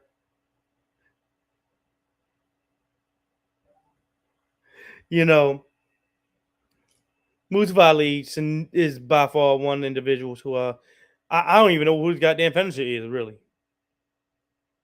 So, if anything, that allows me to at least know that. What the hell is his finisher? That's one thing I can say. What the hell is your finisher? Homeboy, let me know what your finisher, and then that'd be good. And this allows me to be able to get that. And Mustafa Ali can definitely benefit from having, a match with Roman. To be actually pushed like Riddle. He's not even going to get close to actually being able to win, really, but you can push him like you saw in AEW. That Clark dude was actually pushed to give them an actual way of believing that he could win. There were times we actually thought he could, because he did have the upper hand. You can do that by having them win clean and get some matches, get pushed, actually be able to have the upper hand on Roman. Maybe a couple of matches with the titles not on the line. They do as well. You can do that. They have done it already, where people have titles, their belts won't be on the line. The matches will happen and they lose, like the tag team championship match, that happened with the likes of Drew McIntyre and Sheamus going against the Usos. Their belts wasn't on the line. It wasn't a number 1 contender spot either. It was just a match, a tag team match with the tag team champions. You can do that. You can have Mustafa Ali get in there and pin Roman clean. Or maybe don't even pin him clean. Win, though. Maybe he wins by a count out against Roman. Right? Have him win in a clean fashion. Again, like I said, a count out for number 1 contendership. Maybe he beats Roman, lands a maneuver, and he's out cold in a damn, out in the ring, somewhere on the stage. And Mustafa Ali hears the ref counting and about to get to 10, and he just beelines it to the damn ring and gets in before the count of 10, and Roman can't make it. Count out victory, he lost again, but it doesn't mean he loses the title. You did that with the disqualification with Seth Rollins. Don't worry, I'm going to bring him up. But you can see how that happened. Give him chances where he can actually seem like he can win. and give him a good quality match where he actually puts Roman to the limit. Kick out the Superman punch. Kick out of a goddamn spear. Force Roman to do something like run so he can be pushed. You know, things like that. You see how that works? That's number 10. Easily. And that gets him on TV. Anyone can see Roman. He's against an opponent that you wouldn't mind losing. And you wouldn't expect that if he does win, if WWE's like, all right, we just need to get a title off of him so you can have a champion on one of the shows, you can expect that to happen. Seriously. Next, let me check my list.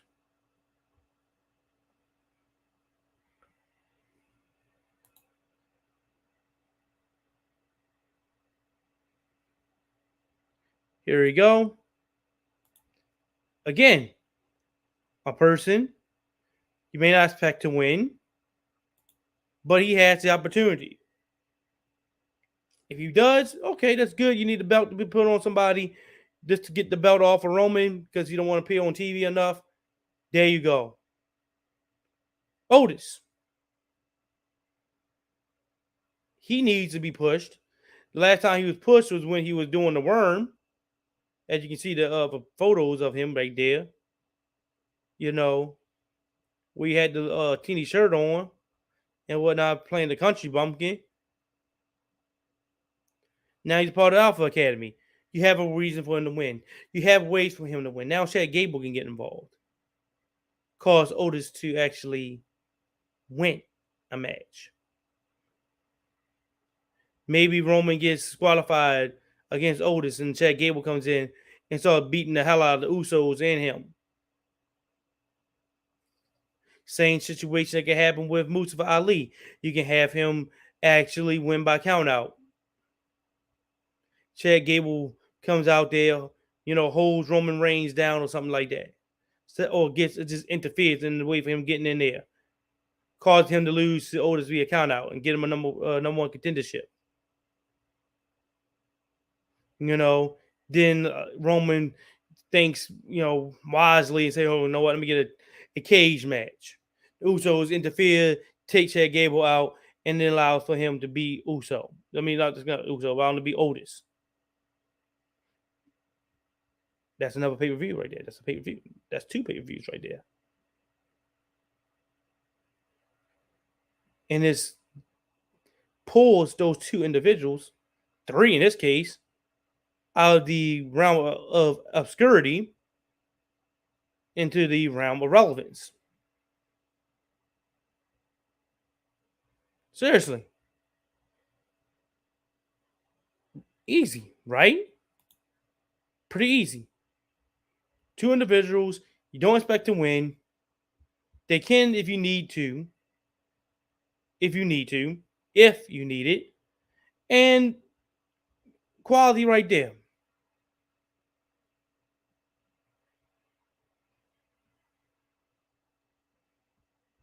Let's see the next one.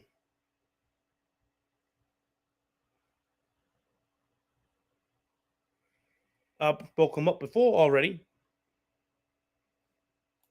He definitely in the realm of obscurity.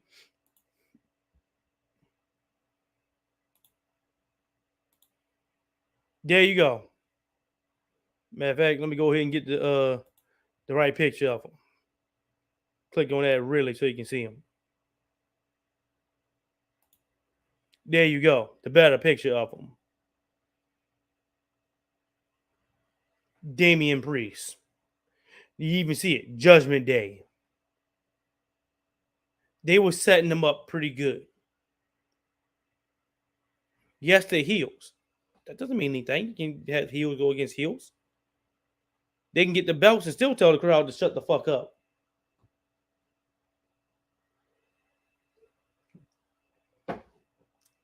What this does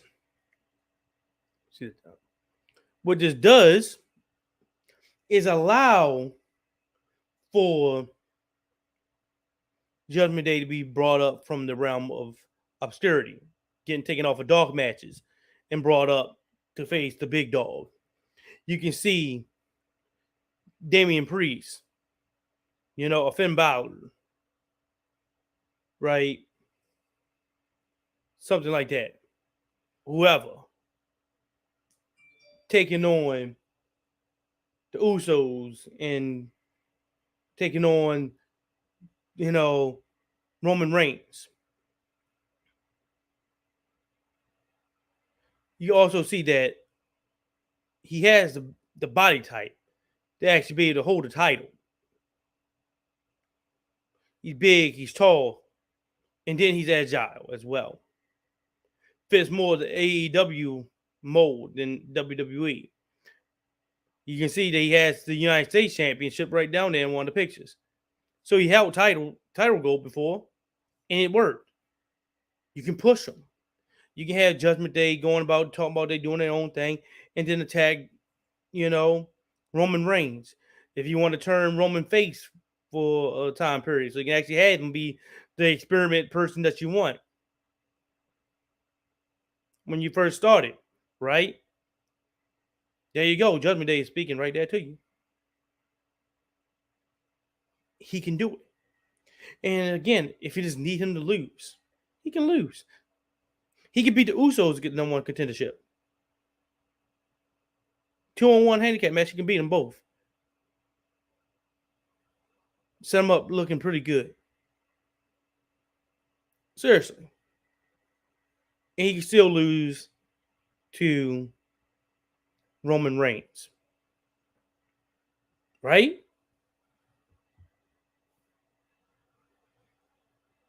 That's his number 8. And look at all the individuals I'm just throwing at you. And by the way, most of these individuals, I'm correct, a lot of them haven't had matches with Roman, if I remember correctly. Definitely, I know Damian Priest damn well didn't. Mustafa Ali damn well didn't, if I remember correctly. Nor did Otis. So, there's no one left. Huh. I'm tossing you people already. Get your ass to work. Wake your ass up and go to fuck to work. Lazy motherfucker. Excuse me. But, hey, had to say it like it is. Get your ass to work. Next one. Hey, I got another one for you. Give him something to do right now.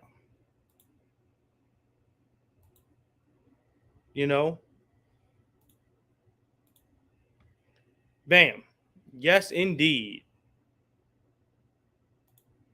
Tommaso Ciampa.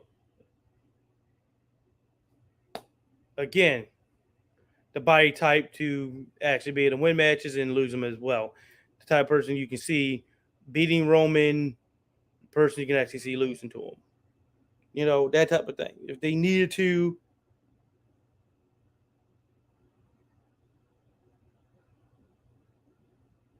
if they needed him to actually go out there and win against them, another one, like I said, a lot of these you can see it happening. It's not surprising. Give him something he can do. Right now, I do know he's, dealing with, of course, AJ Styles, another person that is on this list, and the Miz and that thing. But WWE can always do that whole thing of, just stopping a plot line. They do it all the time. And this one I can see happen. You can stop it right now and still work to have,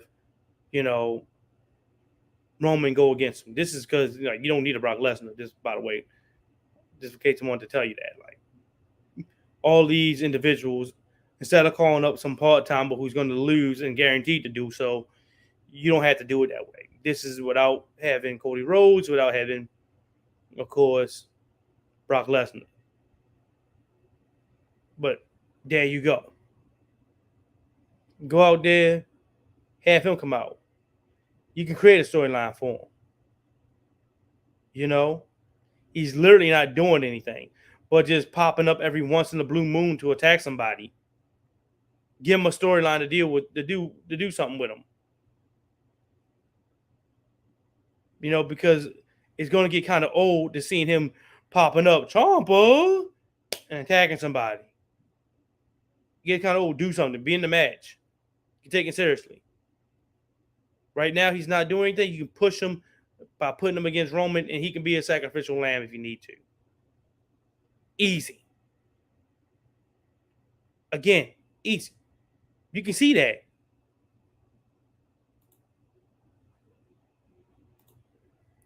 That's number 7.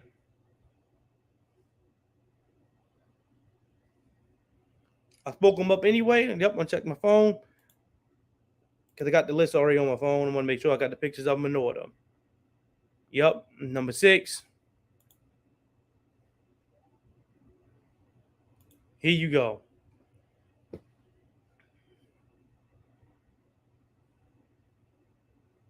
Here you go.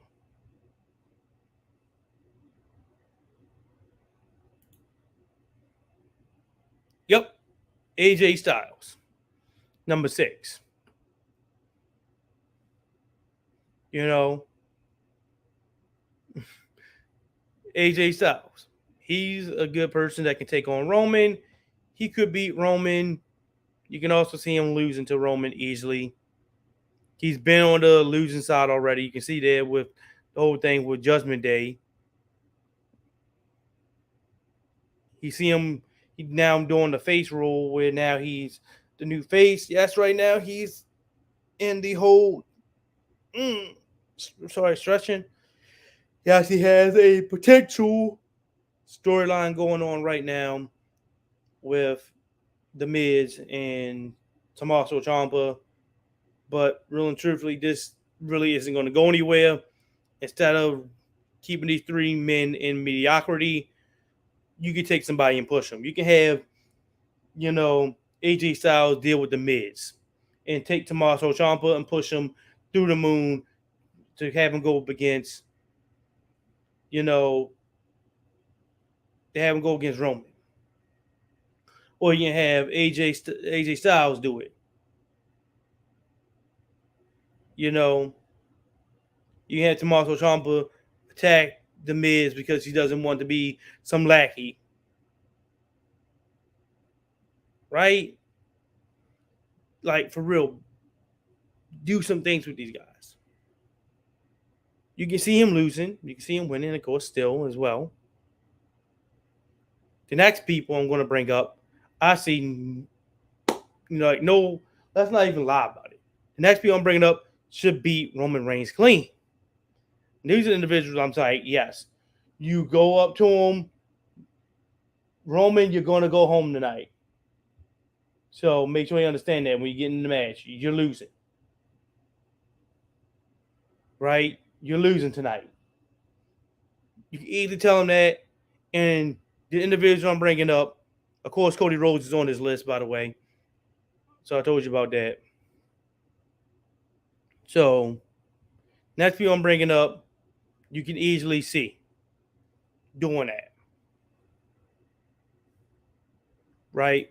They can easily see him beating Roman clean. And I'm just saying this because the storylines actually for some of them that, again, they created. You had the guys there. You got these bodies there. Use them.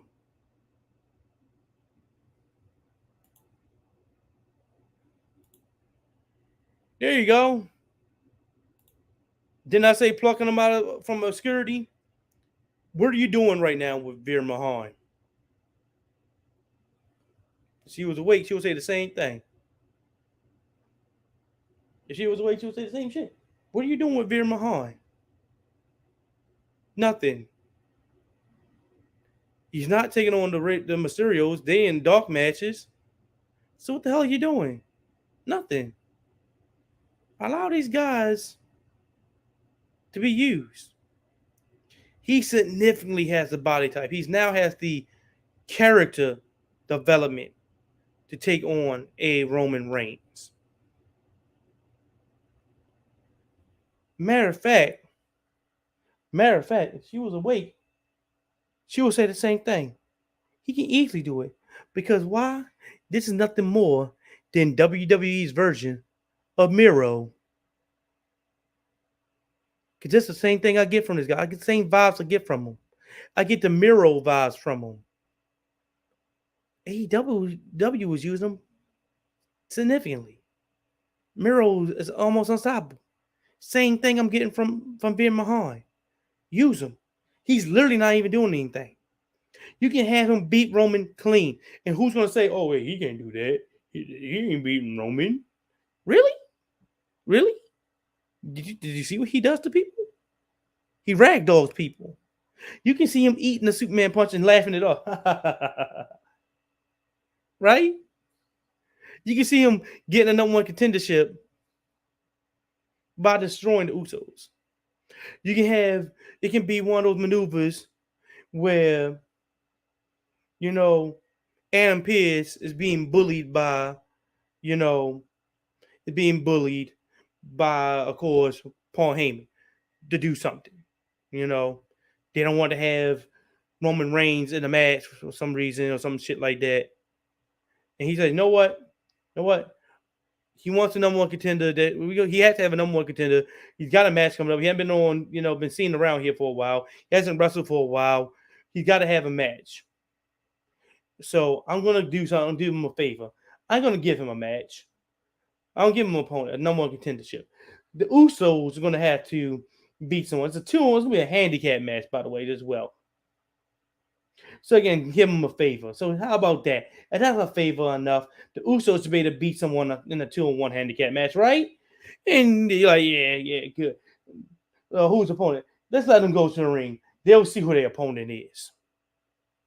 And of course, it's on Monday Night Raw. None other than Veer Mahan comes out. Like, oh my God, it's Veer Mahan. Usos shit themselves. They try to gang up on him. Tornado tag match. Doesn't matter. He just flings them off left and right, beats them. Flat squash match. Wins the number one contendership. You know, he puts one in the submission maneuver of his. The cervical clutch. The other one gets involved, hit him with a chair. He no-sells it, takes it, smack him around with it, and put him in there. Roman comes out after seeing this monstrosity. He gives him a Superman punch, thinking he's down. He gets a spear. Bam, Roman, trying to pose off. Veer Mahan gets the fuck back up like it's nothing. And that caused Roman to jump out just jump out the damn ring, almost like he saw a ghost. You can see that happen easily, right? He's being pushed as a more animalistic individual, more than even Brock Lesnar. Can you see that? Look at that. I created a storyline already. Fans will love it. People will say, oh shit. Roman had not gone against Veer Mahan. He's 0 wins and 0 losses. You bake in the ability for him to be taken seriously already, and it gives him a quality match, and it pushes him from the rounds of obscurity to the rounds of relevance. Number 5.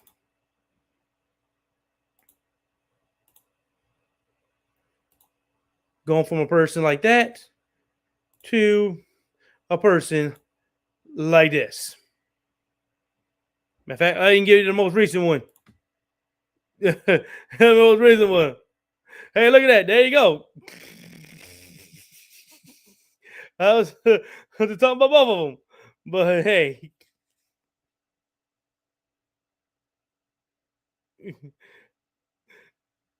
That's kind of weird. But there you go. That was kind of weird. My 5 and 4 picks all in a picture together already. But anyway, he hasn't even lost to Roman Reigns. He actually beat him. You do know that, right? Technically, this individual has beaten Roman Reigns already. It was by disqualification because Roman couldn't relinquish this submission hold because Roman said he wouldn't tap out. And there you go.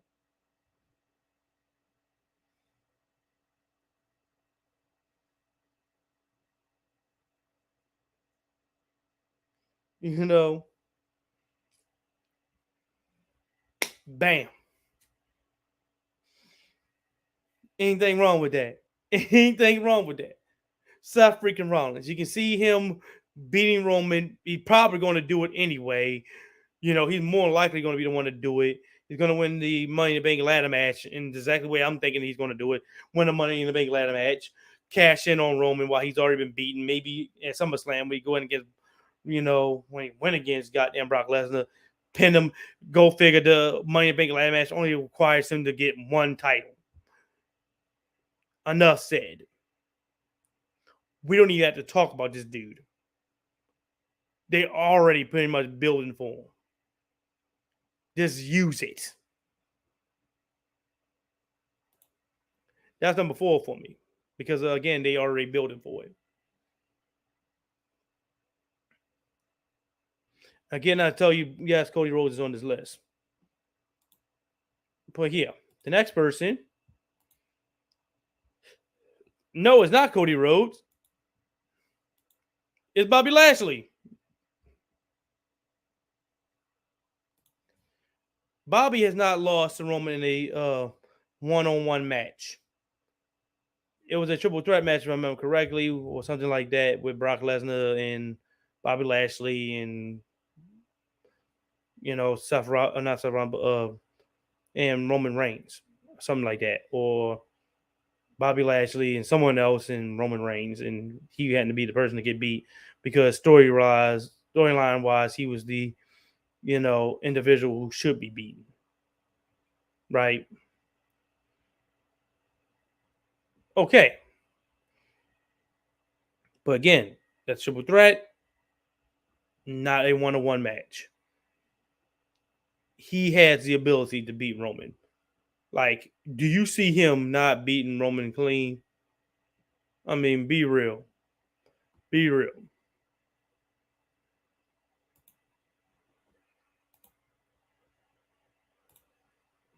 There you go. Like, come on. Do I have to say it any more than that? Like, for real. The picture speaks volumes. I can see it easily. You know, Bobby Lashley, after being done with Austin Theory, more likely losing Austin Theory for the United States title because he doesn't want the United States title anyway. It's bullshit. You know, he starts fucking with Roman. They again put him against the Usos, who can always be the sacrificial lambs for the obvious number 1 contendership, or Sami Zayn for the number 1 contendership. Bam, he goes against Roman. Anyone predicting that, oh yeah, Roman's going to win this, but it doesn't happen. Rough bump happens. The Usos come out. Bobby Lashley destroys the Usos. You know, Roman thinking he can set him up for a spear. He spears him. The ref gets up, crawls over. Everyone thinking it's going to be the end. 1, 2, bam. Before he counts 3, the arm goes up. Oh no, that's not supposed to happen. So you think he's going to get a Superman punch. He goes for the Superman punch. He eats a spear himself. Bobby Lashley, of course, taunts, pops up, puts him in a hurt lock. No one gets out the hurt lock because it's a $4 and no one breaks that shit anyway. Bam. Roman holds on for damn near dear life, make him last pretty long in there, 2, 3, 4 minutes. You know, but eventually he passes out and he can't hold on any longer.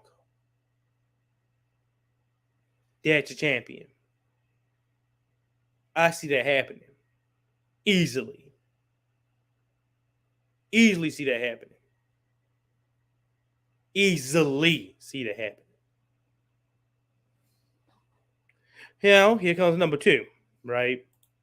The number 2 spot, I told you already, he's not my number 1, so we already know who's going to pop up. And yes, that is Cody Rhodes. You know, we already expect for him to win. We already know. He's being pushed to win the title. Matter of fact, he damn well has to. I mean, he has to win the title, regardless of what the hell happens. You know, I go to the picture, I point out. I see it down there. You know,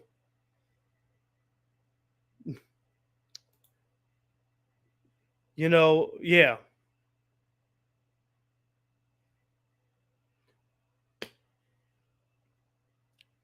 It says it's gonna be in the video game. He came from them over here, right? He came from them. Ooh. AEW, right? What? No, go to sleep. He came from AEW, right? He started his own brand. He started that back there, AEW. He started AEW. He started AEW right here, right? He started that company. So, yeah, we already know if he's going to start the company and leave it, he damn well has to get the title. He ain't dumb. It's guaranteed he has to get it. So, yeah. But again, now he's injured. I got somebody I picked over him anyway, who I expected to take the title regardless if Cody Rhodes was showing up anyway. Like, fuck, he don't need to have the title. Again, the reason why I'm picking these people is because of the story that WWE has created for him already. Ooh. Excuse me. But hey, I'm picking them because of the story they created for him already. And I'm saying right now, the story that they have for these individuals right now, the character development that they have for these characters already, I'm literally doing this for. Right? I'm literally doing this because they're already there. They already have these characteristics. They already have this notion already. You already see these individuals as who they are. So why not use that right now? So the next person, who's the number one person who I see should beat Roman clean regardless of Cody Rhodes being here or not, by the way. Cody Rhodes injured, good. Do an AEW. Here's your interim. The interim. The person who's supposed to be Roman Reigns. Who should have beat Roman Reigns always. Yep, you see him. You see him. Matter of fact, there you go.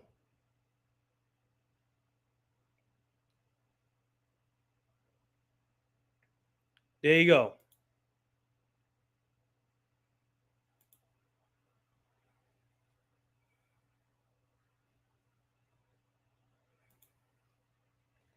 There you go.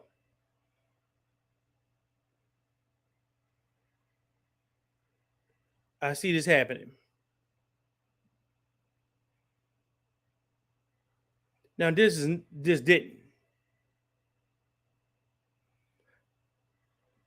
But can you see that?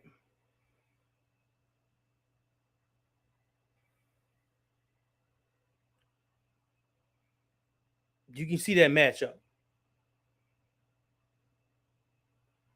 Roman Reigns versus Omos. The Colossus Omos. The setup is so perfect. Right now you have MVP with Omos. Right? You can hear, MVP cutting a promo against Paul Heyman, right? I can easily see it happening. After he gets done destroying Brock Lesnar, he in the ring talking about how there's nobody left. He beat the Brock Lesnar for like the 99th time. There's definitely nobody left. He's beating everybody 10, 20 times over. There's nobody left, right? Like, I'm gone. Until somebody can show up that I have not beaten. Anybody in the back of the locker room. Is there anybody in the back of the locker room that I haven't beaten? Bam. Omar's come across that screen. You hear MVP talking about, oh, there's no one left. Oh, can you mind telling me, Mr. Head of the Table, Mr. Tribal Chief, what is your record against the Colossus Omars? 0. You haven't beaten them. Right? Exactly. You haven't beaten them. Omar has not been beaten. You can see, Paul Heyman cutting promos against, Omar, talking about how Omar hasn't taken on anybody. He lost to Bobby Lashley. The Tribal Chief beat Bobby Lashley. He like laughing like, come on, that Bobby Lashley and Cedric Alexander interfering and all that shit. Like, it doesn't really matter. Still doesn't matter. Roman hasn't beaten Omos, right? He uses that to his advantage.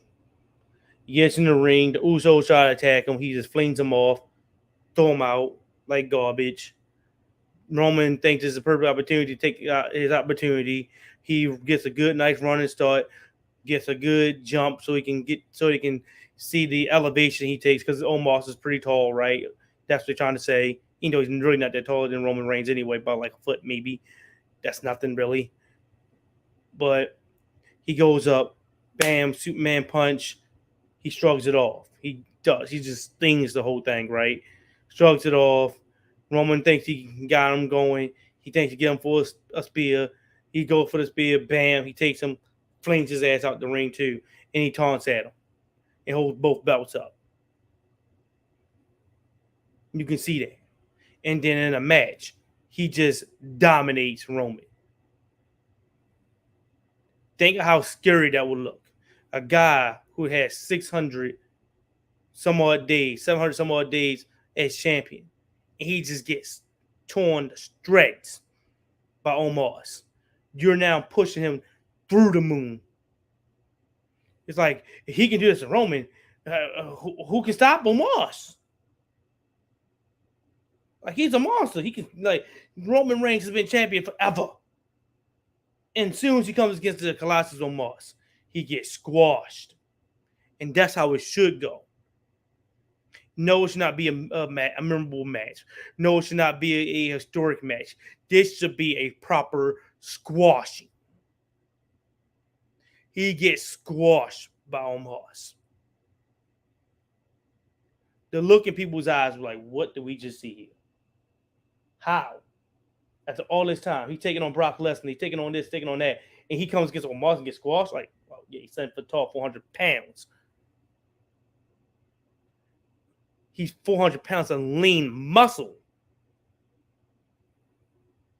The bulk of Big Show and Andre the Giant's weight, when they had it in fat, he got it in bulk and muscle. Yeah. He takes the belt, right? Matter of fact, he doesn't even have to take the belt, really.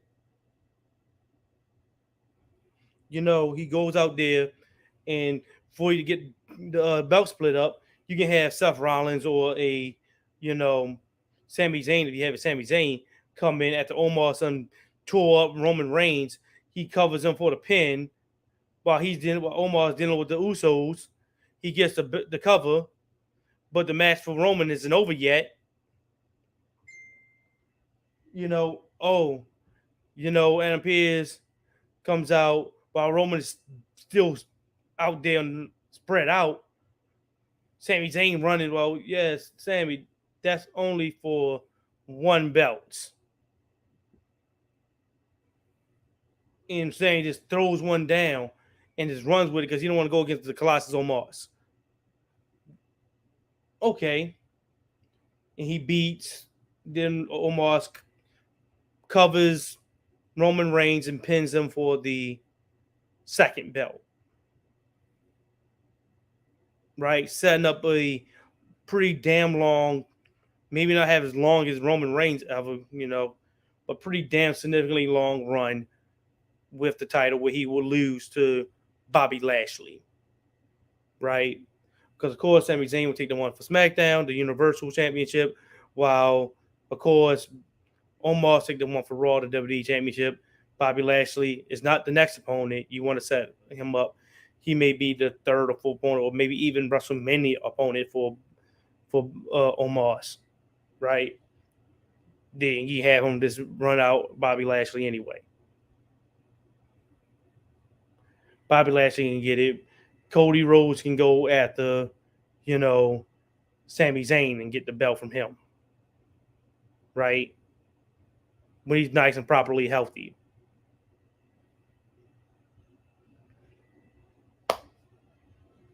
What do you think? You can see Omos beating Roman easily. I'm not even going to lie to you. Easily. It's not even up for debate. And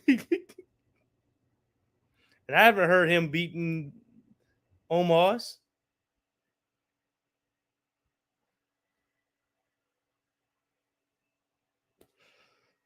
What do you think? That's my list. So the top 5 individuals.